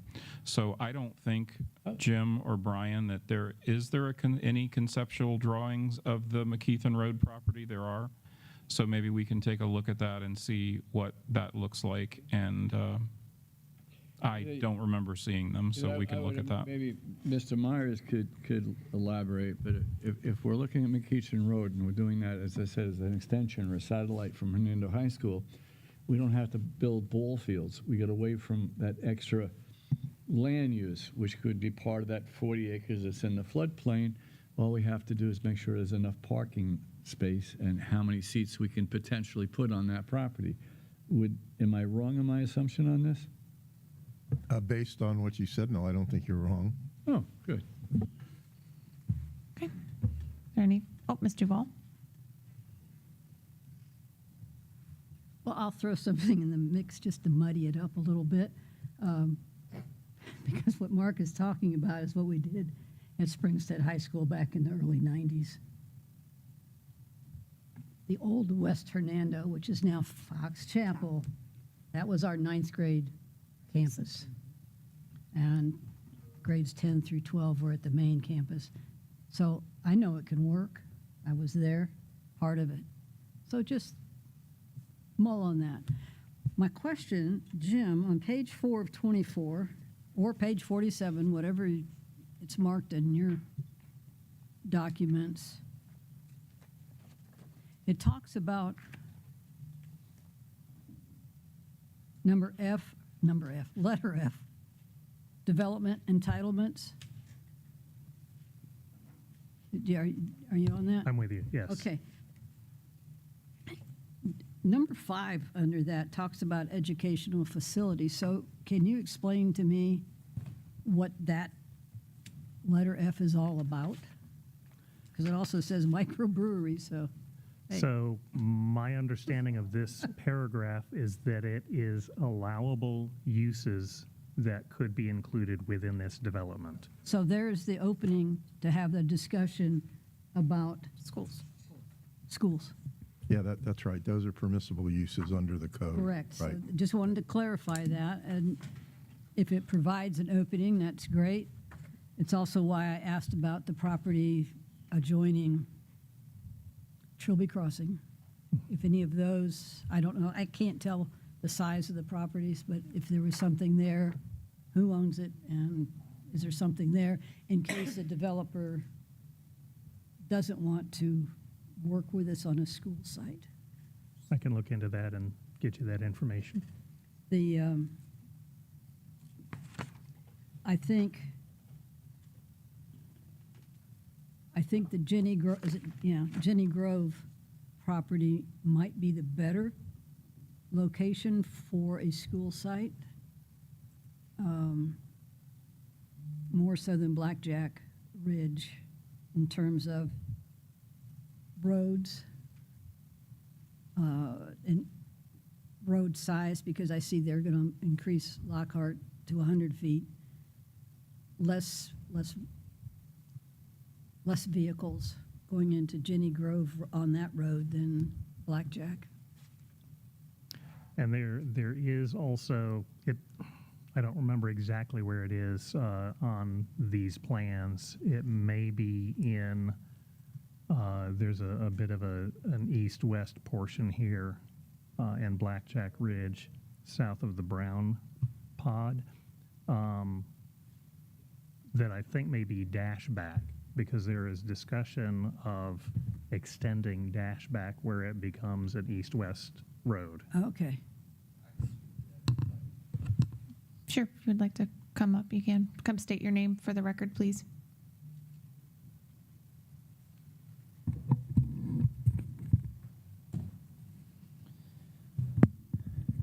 Perry Mason. I represent the Melton family. That's the property owner. Thank you for being here. Yeah, thanks so much. So you wanted to speak on that? Go ahead. Yeah, it's actually not on that property if you'll go to Jenny Grove.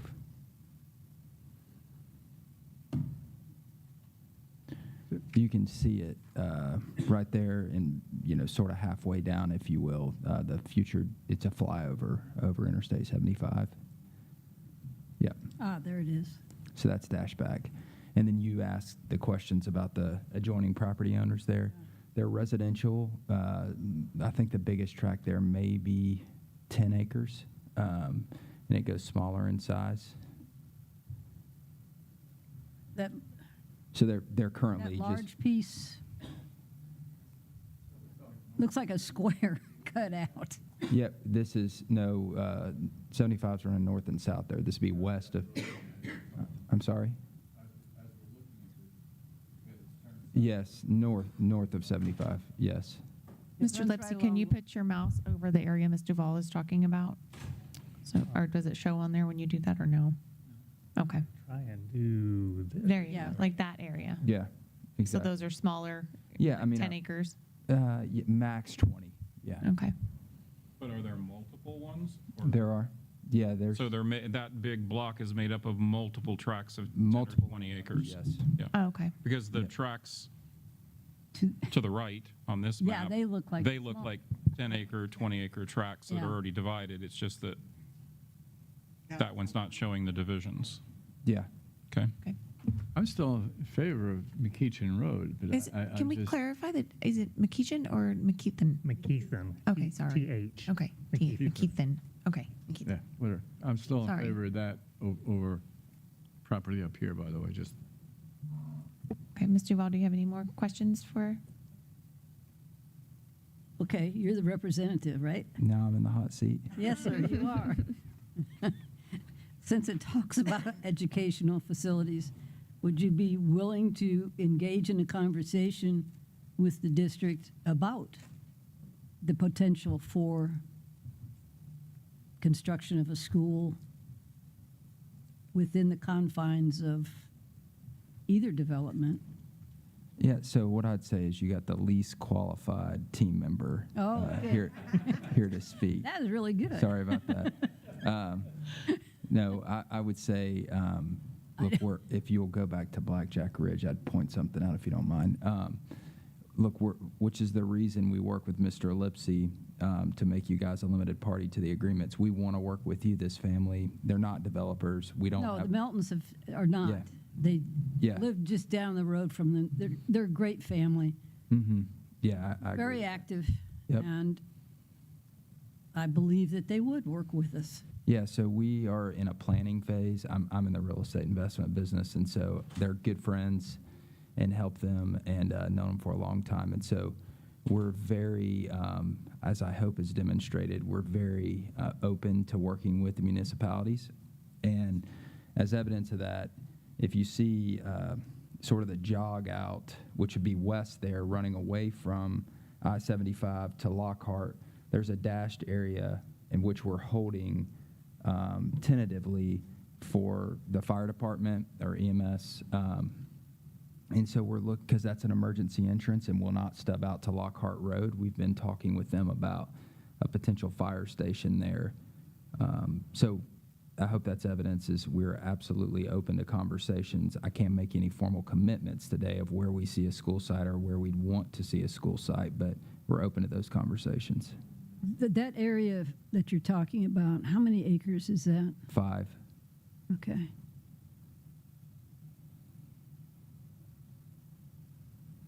Okay. What about the size of the lots north and south of that? Do you know anything about them? The north is the Crispy property, I think, as it's referred to. Yeah. I think it's currently zoned industrial. Yes, it is. And then south like- of that is the dog park, is that right? I believe that's what they call it, where they host shows for show dogs. Yeah, the Florida Classic. Yeah. Park. That's Florida Classic Park below it? Yes. So I agree with your observation in that probably running south, I'm not in the school development business, but probably running south on Lockhart makes more sense just because the property tends to be more valuable up on Highway 50. Yeah. Yes. And more traffic, as you mentioned. Yeah. Well, I think Mr. Lipsy said he'll find out some information on those tracks that are there. And then also on the south side. Yeah. But I think it also makes more sense Yeah, to use the south side. property we have if we can. I'm sorry? Oh, it also makes more sense to use those 40 acres that are usable on McKeithen Road. is it pronounced? Ethan, I was making sure I wasn't going to pronounce it wrong. That's why I asked for clarification. Well, I pronounce everything wrong, so. It's okay. But to me, it makes more sense to use what we own. You know. Right. Okay. Do we have any further discussion or questions? I just hope we can work with Melton family to see what we can actually accomplish. Yeah, the only other thing I'd add is, so there's no developer in tow, as I mentioned, meaning they don't have the properties not being marketed. The family wants to plan for future generations, actually don't have any imminent plans to sell the property or develop it, but are positioning the holdings so for long-term use, they could be more valuable than they are today. Oh, they will be. Okay. Lord willing, yeah. All right. Thank you. Thank you, Mr. Lipsy. At this time, we're going to take a quick little recess at 3:30 p.m. We'll be back in 2 minutes. Thank you.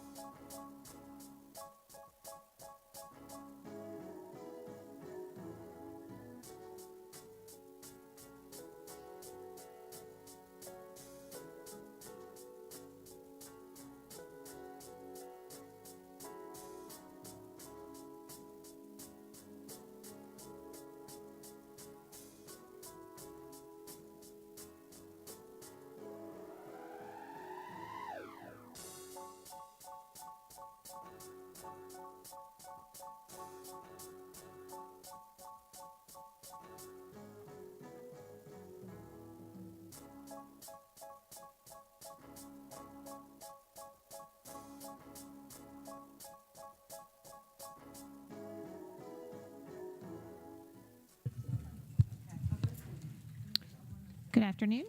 Our workshop will begin at 3:37 p.m.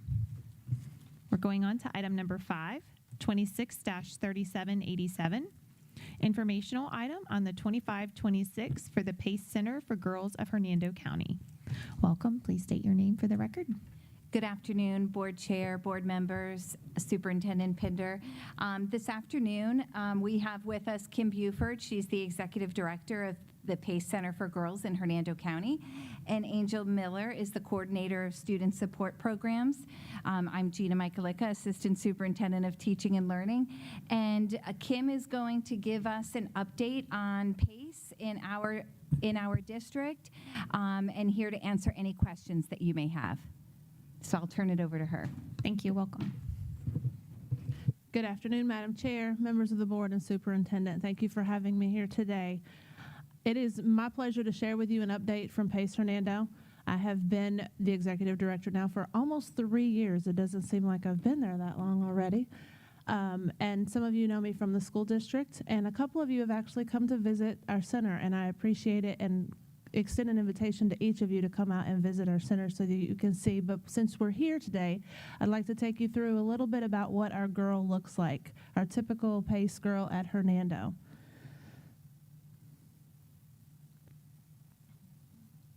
Yeah, there you go. My designated scroller. So if you're not as familiar with PACE, we have been around for over 40 years, and it was began in Jacksonville by Vicki Burke. She started with 10 girls that she was serving, and the purpose was to keep the girls from being involved in the Department of Juvenile Justice. We have grown, and PACE Hernando has now celebrated 8 years, and we're excited that we've been able to serve so many girls here in Hernando County. We serve over 21 counties in multiple states, and we're just blessed to serve the girls in this community. Go ahead. You want me to scroll? PACE provides girls and young women an opportunity for a better future through education, counseling, training, and advocacy. And we envision a world where all girls and young women are safe, have economic security, and an equal opportunity to use their voice and achieve their potential. PACE values all girls and young women, believing each one deserves an opportunity to find her voice and live a life that is defined by responsibility, dignity, serenity, and grace. PACE provides free year-round middle and high school academics, case management, counseling, and life skills development in a safe, supportive environment that recognizes and deals with past trauma and builds upon girls' individual strengths and potentials.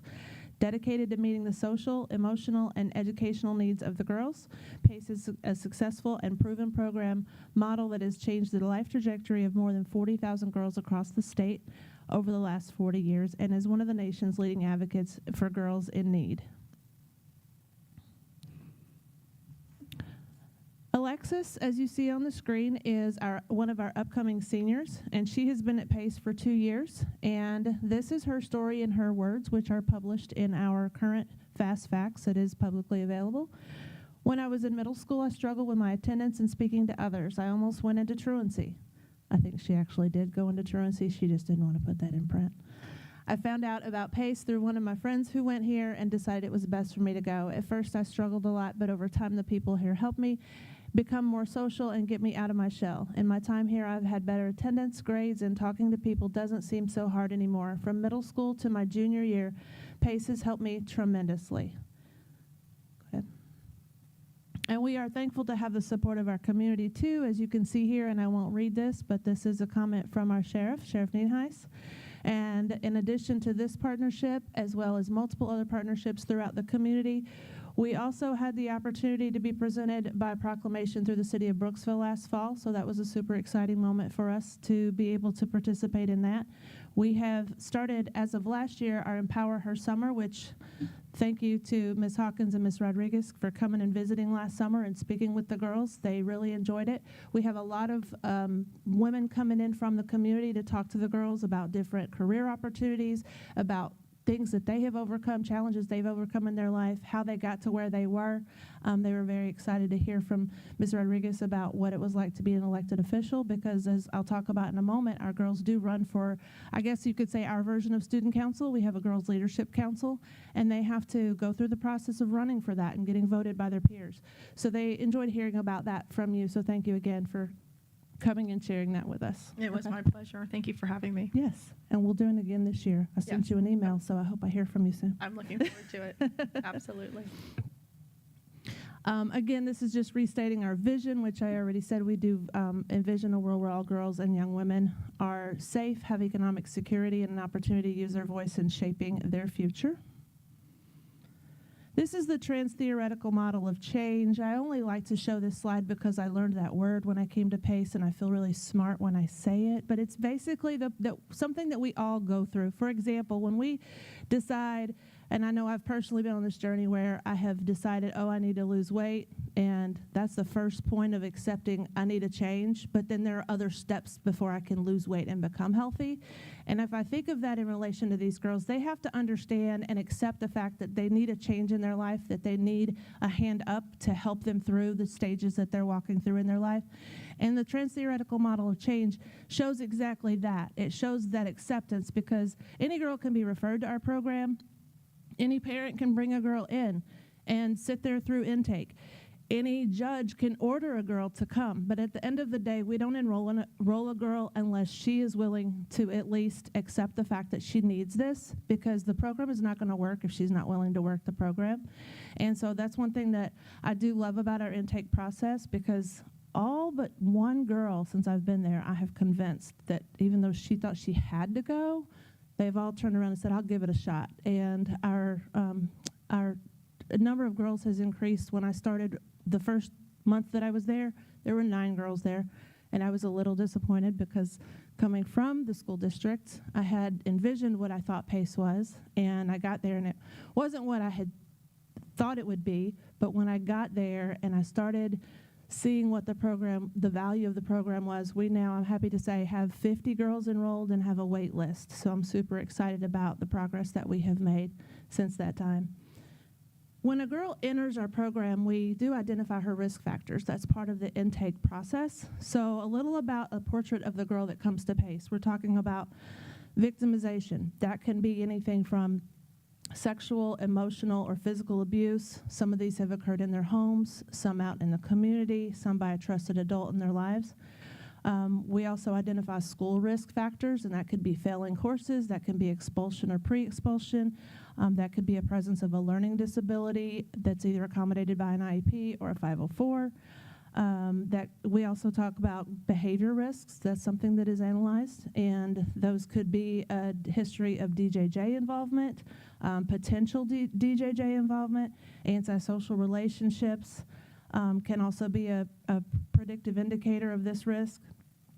Family instability is something that we look at, so that could be homelessness, that could be a family history of incarceration, a family history of abuse or neglect within the home, parent history of suicidality or mental illness, and single-parent household, or just out-of-home placement. Any girl who may be qualified for McKinney-Vento could qualify under family instability. And then, of course, there's health risks. There's serious physical health risks. There's mental health risks, substance abuse, eating disorders are all included. So each center that we have represents different portions, different percentages of each of these risks. So we do identify based on the need of the girls at our center, which are our girls of Hernando County Schools. I'll go through just a couple of the KPI. I won't go into great detail because I know Mr. Pender said he wasn't sure how long this one was going to last, so I'll try not to last too long. You do have this in front of you, but this is just some of our KPIs, which is our key performance indicators. We do have, our enrollment is middle and high school, and we stay pretty close to 50-50 enrollment on how many are in middle school versus high school. It's not always exact, but it stays pretty close. And a girl can come in and stay for a total of 4 years. So that can be start to finish 4 years, or she can come in 2 years, go back to her home school, and then decide she's just not quite ready, and she can come back and she can re-enroll. We have an unlimited amount of re-enrollments as long as the total time does not exceed 48 months.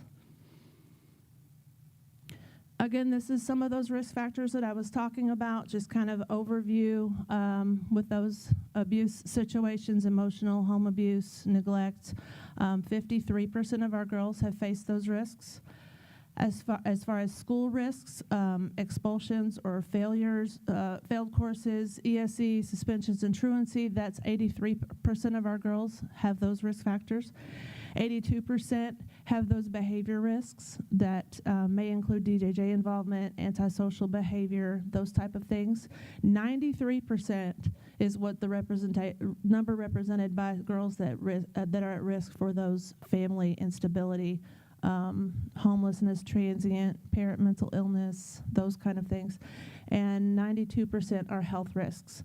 That does include all of those that are listed beneath that 92%, which, as we know, mental health is something that is growing rapidly. So I'm very thankful to have the support staff available for my girls on a much lower scale and ratio. Our girls are 14 to 1 for teachers and 25 to 1 or less for counselors. Again, this has a lot of data on it, so I won't go through all of that unless you guys need me to, but that pretty much sums up the breakdown, this slide and the next one, about those individual risks with different types of behaviors, different types of adverse childhood experiences that are broken down very specifically. You can go ahead. Go ahead to the next one. This is something that I dug into just because I wanted to know what our girls of Hernando County were facing compared to the rest of the state. I did note where I got these numbers from, so if they're incorrect, at least I put my reference so they were wrong and not me.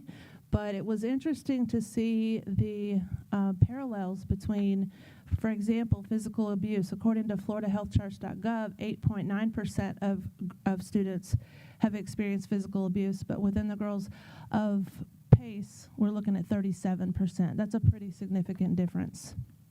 Additionally, if you look at the neglect portion, if you look at 6.2% being physical and 25% being emotional in the state of Florida, our numbers are at 23%, which is, again, pretty significantly different than the 6.2%. Otherwise, they are somewhat aligned, or at least close, but those two were significantly different. And again, I searched this online, so I did put the point of reference for those numbers. So our day program, which is our location that is at J.D. Floyd Elementary, we do offer education, counseling, training, and advocacy. Again, it is non-residential. A lot of people think that they can come and drop their girl off and pick them up in 6 months. That's not what happens. It is a day program. They get dropped off in the morning and they're picked up in the afternoon. We do have aligned curriculum with the Hernando County schools because they do have to take the same assessments, state assessments, and everything else that all students have to take and be successful in. We do have early intervention and juvenile justice prevention. We do have progress monitoring and social service planning, which I'll talk about in just a moment. As far as academics, we do have 5 teachers. They are all certified in the state of Florida, and they are all certified within the content that they teach, including ESE certification. They are meeting the goals of each girl and their individual academic needs. Again, we do have a 1-to-14 ratio, so it's a much smaller scale that they need to manage. Teachers actually act as the academic advisor, so they are looking at the girls' transcripts, they are looking at their coursework, they're having those academic conversations of what they need to complete and making a plan for what they need to do to be successful academically. Can I ask, do you have data on how successful they are with their academics? We do, and I'll have that on a slide in just a moment. Okay, sorry. No, you're good. Thank you. Again, our counseling services are available to our girls. We do try to keep it under 20 per counselor, but right now, because we are at 50, we do have 25 per counselor. I have just made a new hire, so that will change a little bit because we'll be relieving some of that load off of them at this, but at this time they are at 25 to 1. They do have access to their counselors at all times during the day, as well as 24-hour on-call crisis line that is available to the girls. They do set up monthly parent meetings. They have monthly parent calls. That is a part of our expectation within our program, is that they maintain that parent contact so they know where the student is at all times. Our growth and change program is, for lack of better words, sort of like a PBIS kind of. They work on their positive goals. They work on obtaining new levels within the growth program. They do have to be on a specific level to be able to even apply for the Girls Leadership Council that I spoke about, which is something that they really do look forward to, because as I tell them, you all have a nice big voice and a huge opinion, so let's use it the right way. So we try to help them to use their voice for good. Here's some of the academic improvements. So in order for us to measure that a girl has been successful, she has to have been enrolled at least 90 days. I would love to say that we keep all of them for 90 days, but unfortunately that doesn't happen. For example, we just enrolled a girl last week and then literally got a phone call 2 days later that her family, because they're transient, had relocated to Citrus County, so she's going to be transferring to Pace Citrus, and that happens. I mean, we just can't keep them there all the time. However, success is measured based on that 90 days, and they have to have improvement in at least 2 of these 6 measurements. One is that GPA improvement.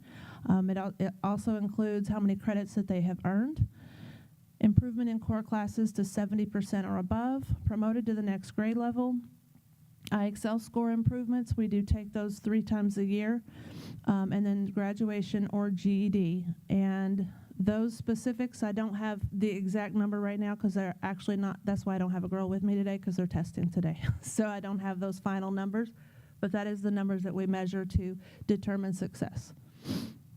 So you don't know off the top of your head how many you've graduated completely over the years? Over the years, I don't. I know every year that I've been there, every senior has graduated.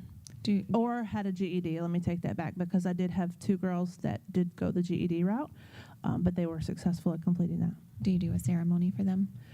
We don't have the credentials to graduate them, so we have a monthly growth and change ceremony every single month to celebrate girls' growth, and we have a special ceremony when a girl either graduates or when she transitions back to her school, because it's just equally as important that she knows she successfully completed the program and she's going back to Weeki or Springstead or wherever. So we do celebrate that growth with them every month. And you're all invited. It's at 8 o'clock it's the last Friday of the month. I would love to have somebody come out, or all of you guys come out and celebrate that with them. I did recently get a partnership with a coffee place. I don't know if I could say, but a local coffee place that now provides us coffee, and that's great because it's been 7:30 a.m. for the last year, and 7:30 without coffee is tough. But we've had about 80% of the girls' parents and families show up at 7:30 on Friday morning, the last Friday of the month, to celebrate their girls, which is pretty exciting for us, because my first ceremony, I had nobody there. And I had no girls that were staging up. I had no girls that were getting awards or certificates. They just kind of showed up because it was a day of the week they had to be there. So since my first growth and change ceremony until this last one, if you've ever been in the portables, you know they're very small, and so there's not a lot of people that we can fit in there, but now we have overflow, and we have people standing outside just so they can hear, because we don't have enough room for them inside, and that's all families and community members that are showing up to support our girls, which is exciting. Yes, thank you. Another exciting thing, and this is our Girls Leadership Council, they got to go to Pace Day at the Capitol. They do that every year. They'll be doing it again next year in April. And in order to be a part of Pace Day at the Capitol and advocate for themselves and for their peers and for their needs, is that they are on GLC, is what we call the council. So that's another thing that they really work towards, which is why they appreciated Ms. Rodriguez's information last year so much, because they understood a little more about what campaigning was and what the purpose was.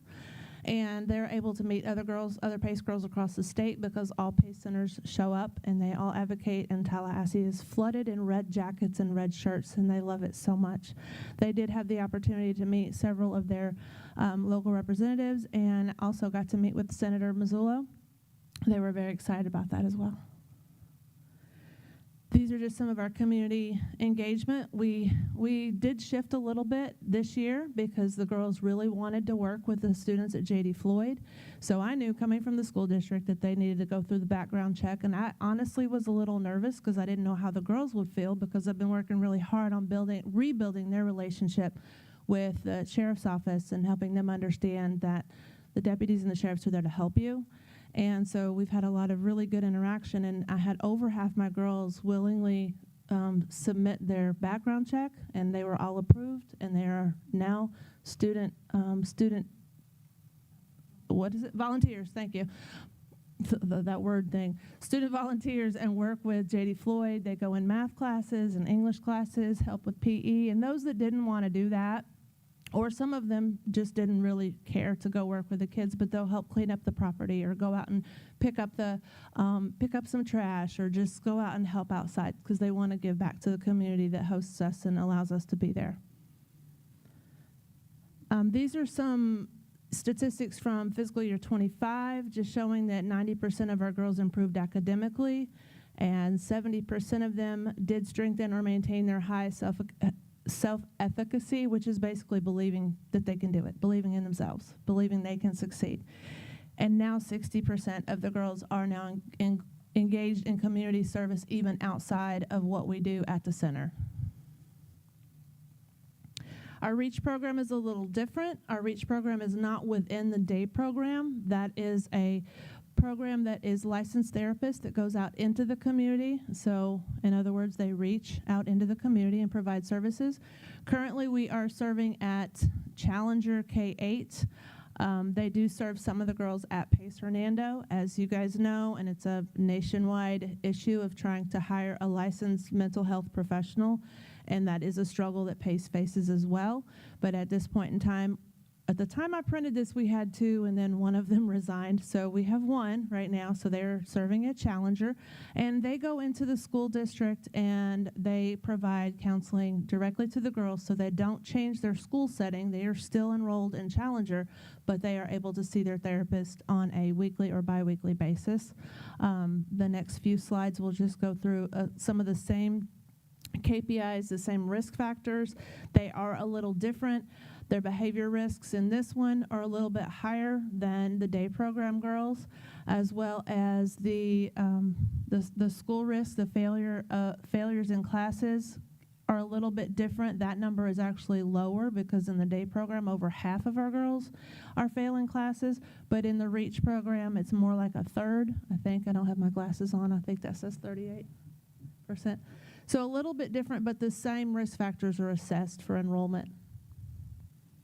And again, the same breakdown. On the left-hand side, it shows how many girls have experienced 4 or more of those adverse childhood experiences. This number is significantly less than the day program at 31% that have 4 or more. And these are the fast facts in regards to our REACH program. 90% of those girls have improved their social relationships, and over 90% of them are now involved in their community. This is our current list of our board chair. Our newest on the bottom is a part of Hernando County Schools. I'm excited to have Dawn Leo on our board currently. And these are our young ladies that got to go to Pace Day at the Capitol with our interim CEO, Jessica Kensal. Thank you for your time. Do you have any questions? Board? You answered one of my questions, but another question is, you're on our board for improvement tonight, and it was a big increase in amount of money. So I'm wondering, is that because of the 50-girl increase? It is, yes, ma'am. We had significantly less girls over the past couple of years, and our census has increased. We were down to as low as 33, but we are up to 50 with a waiting list. Okay, thank you. Mm-hmm. And then as far as your new building, any updates on that? So the only update that I would love to tell you, we have the keys and we're ready to move in. Trust me, nobody wants these girls to be there more than me. We are waiting on budget negotiations. We do have legislation appropriations. Hopefully I will get an answer this week. I didn't have access to see my email, but I saw it pop up that I have an email regarding that. So I hope that that's a good answer.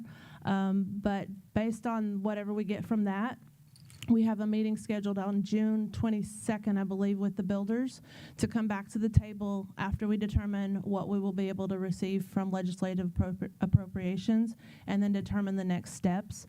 I do know that the builder has told me that once we restart, there will be a process of rebidding again because there has been a wait time. So there will be rebidding, but once we restart, she's, in her words, from the time we throw the first hammer, we're about 4 months out. So hopefully that process up to that won't take too long, but we are super excited to have everybody come and visit us in our new building. All right, Ms. Rodriguez? What is the amount that you were lacking? We sent a request for $2.5 million to legislative appropriations. That will finish up the building? And that is the information I have received from national office, that was the request needed to complete the building.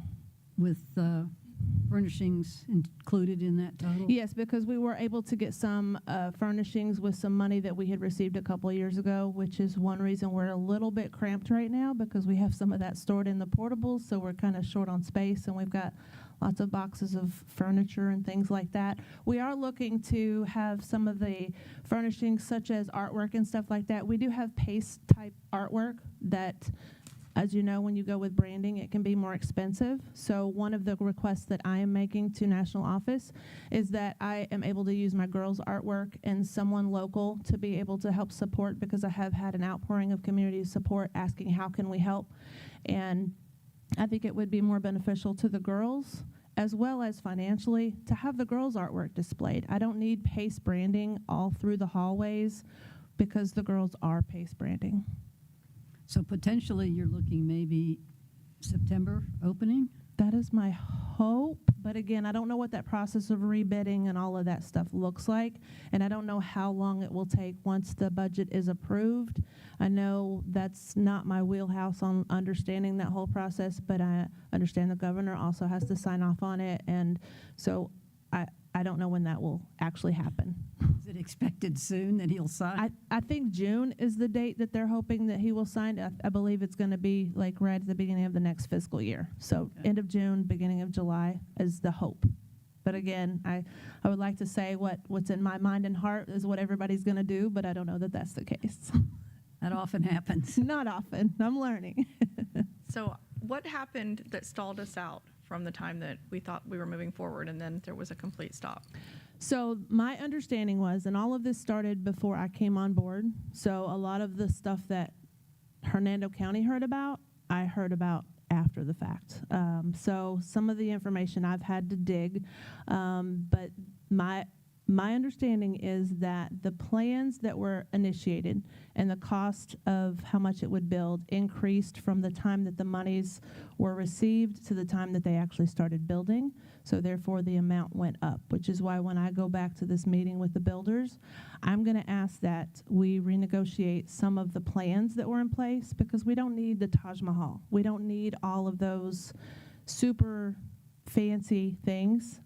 We need the basic needs to meet the needs of the girl. So did it go up 2.5 million more? I don't know the exact number. I mean, I don't know. I can't break down where the cost increase was. I just know there was a cost increase. Right, at some point, it was ready to go, and everything was happening. We had the date, everything, and then Yes. there was just nothing. It was completely, it had stopped. It completely stopped. You are correct. And like I said, I found out about it the day that it stopped. And where did the money go initially that they had received to do this? all the money has gone into the building, into the land. They worked up into the point of the amount of money that had been received, which I think was $3 million was the original amount. And I don't have the dates to memory, but around 2018 or 19 is when that money came through, and because of the time lapse of receiving the money until it had to be spent, because there's a time frame on when that money can be spent, they had to break ground, but then the cost had gone up pretty extensively during COVID times, and so that allotment, that amount changed, but we needed to break ground. So what was happening from 2018 to current? All of this time that money was just sitting in an account? Yes, I wasn't there during that time. So again, the information I have is just me inquiring and asking questions. But my understanding is, yes, it was sitting in account while land was being researched, while contractors were being determined, all of those things that go into planning and building. Ms. Duval? You said you had 33 students last year? Our census was 32 last year, meaning that that was the most we were expected to be able to serve, because like I said, when I first got there, the number was extremely low. Right. And so they dropped it from 50 to 33 for the last 18 months or so. And because we have been meeting and exceeding census, they have increased us back to 50.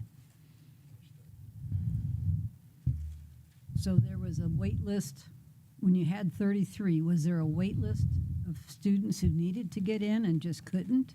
No, at that time. And when I say the census was 33, that was the amount that was required with our contract with Department of Juvenile Justice. We were required to serve 33. That was the max that we could be funded for at that time, because prior to me coming on board, that census expectation was 50, and we weren't meeting it. So there was funding that was being missed through the contract, so they renegotiated the contract and dropped it to 33. At the time they dropped it, we were still not reaching 33 yet, but once we hit 33, which was approximately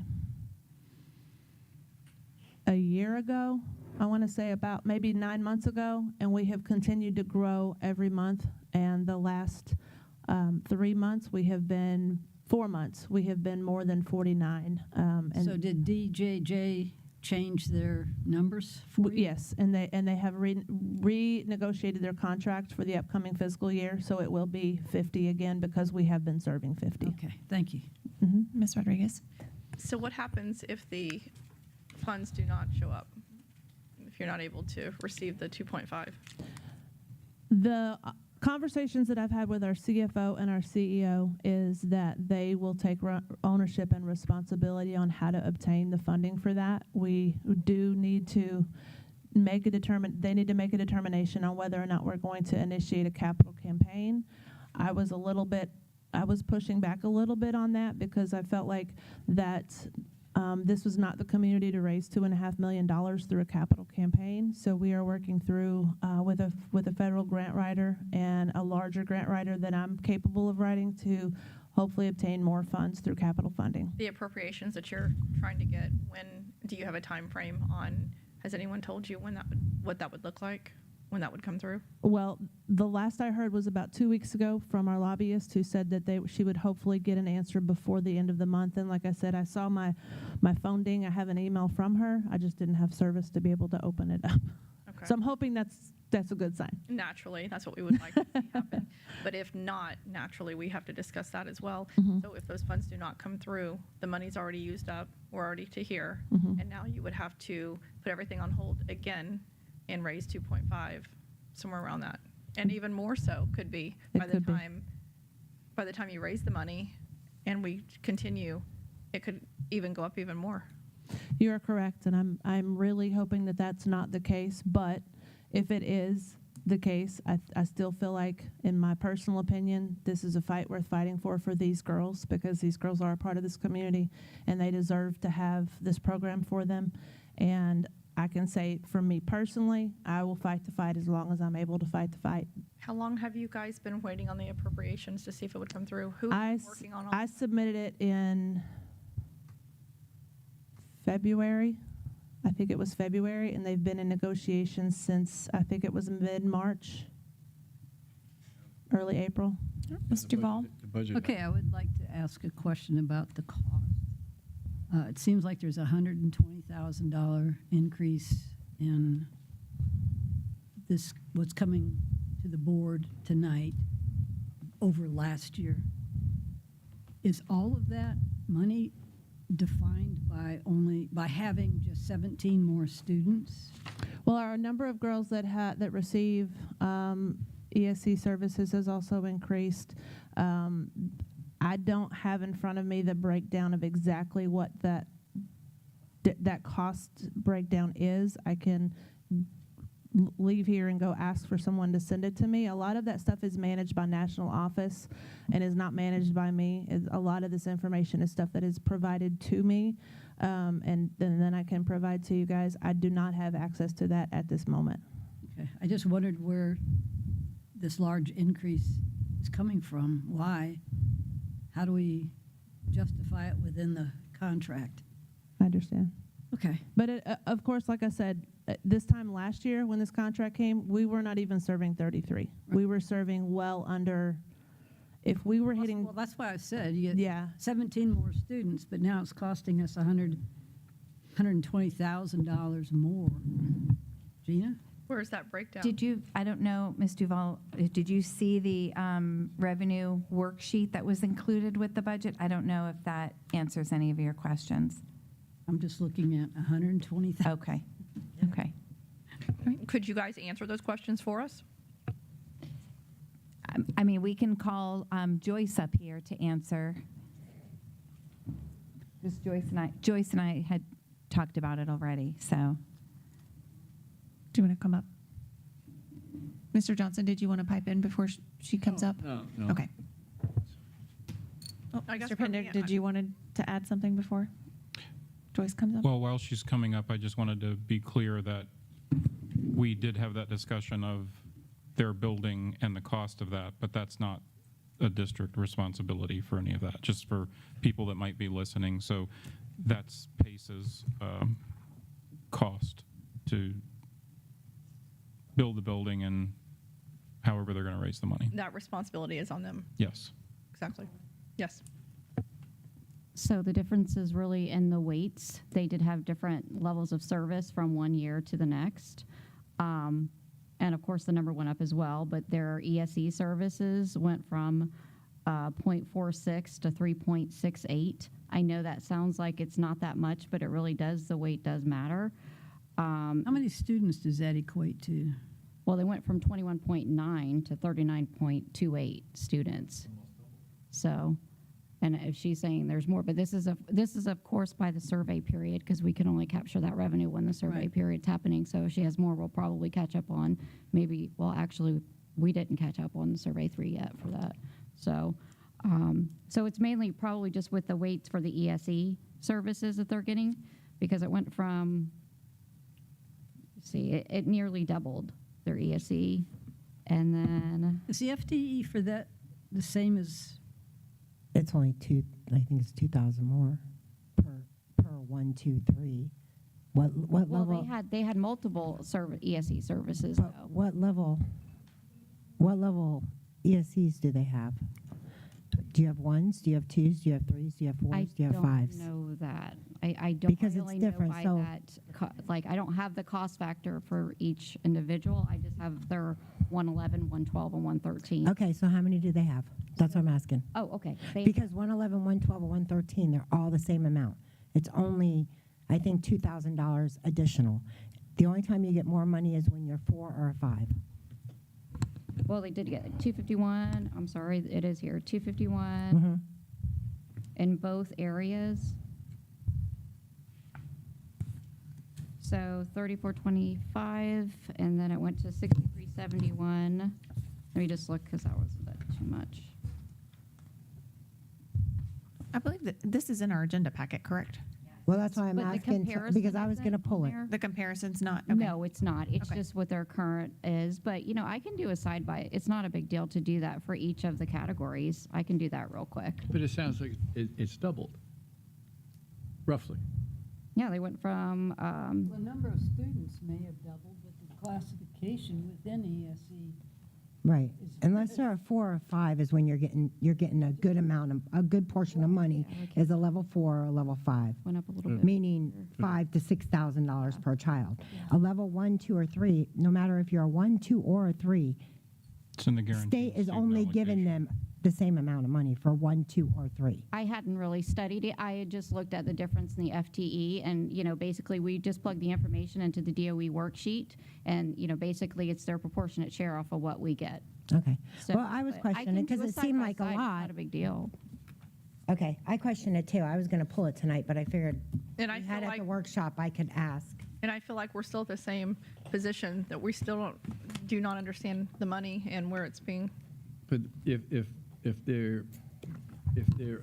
we owe them that in FTE, Right. we have If to we give owe it, we owe it. we got to give it. They have to approve it. We can't deny it, right? Correct. If we owe it, we owe it. But again, So isn't the contract, big doesn't jump. it have a percentage? It was like 90%? They get 95%. So whatever FTE, whatever students are reported and generating, you get 95% of the FTE, we keep 5% of the FTE. So if you go up in students, then our 5% goes up a little bit, 5%. To the tune of about $14,000 or $15,000 is all Yeah. we're getting last Yeah. 2 years. And I there's- think there's what really Ms. no- Duval's asking, is there any other factors that the 95% hasn't gone up, correct? The percentage in the contract. No. The only reason the number has changed is because the number of students have fluctuated based on the surveys. Because that's solely based Which is being attributed to ESE. Well, that was just me looking at it quick. Again, I was just looking at total FTE, versus, from one calc to the other. There's no manipulating of any kind of numbers here because it's really just plugging in those factors and, those FTE numbers and those different weight factors. And then DOE actually just, they divvy out the proportionate share. So it's not like, other than that 5% difference where we can keep that 5% as the admin cost because of, that's That's the for what 14, law says. 15,000. right, it makes sense. If you have 20 girls last year and you added 20 girls with even a level 1, because it doesn't matter 1, 2, or 3, a level 1, they're getting $2,000 more. So 20 girls times 2,000 more would make more sense, and that's why I questioned the amount. Why do we go such a big jump? $120,000 to me is a lot of money. And So- we're also using the new, we're working off of the House bill right now with these new numbers. So it's comparing the House bill to what 25, 26 budget numbers were based on the base student allocation numbers from that. So it's really just like an estimate because it's not out yet. So we're working off the House bill. That was where we decided to start building the budget from now. What can I ask about the REACH program? Is there funding for that as well? How does the REACH program work as far as funding and such? That funding does not come from the school district. That is an outreach program that is just through PACE. Okay, thank you. Ms. Duval? All right, do we have any further questions, comments? No, we're good. Oh, wait, one I more. just want to thank you for everything you do for these Thank you. girls. Thank You are you all for making a being here, difference. for allowing us to have this program. I know it means a lot to the families and to the And I hope to see you this girls. summer. Thank you. Yes, ma'am. Ladies. Sorry, Thank gentlemen, this for ladies. Thank you. And the meeting is adjourned at 4:19 p.m. Thank you.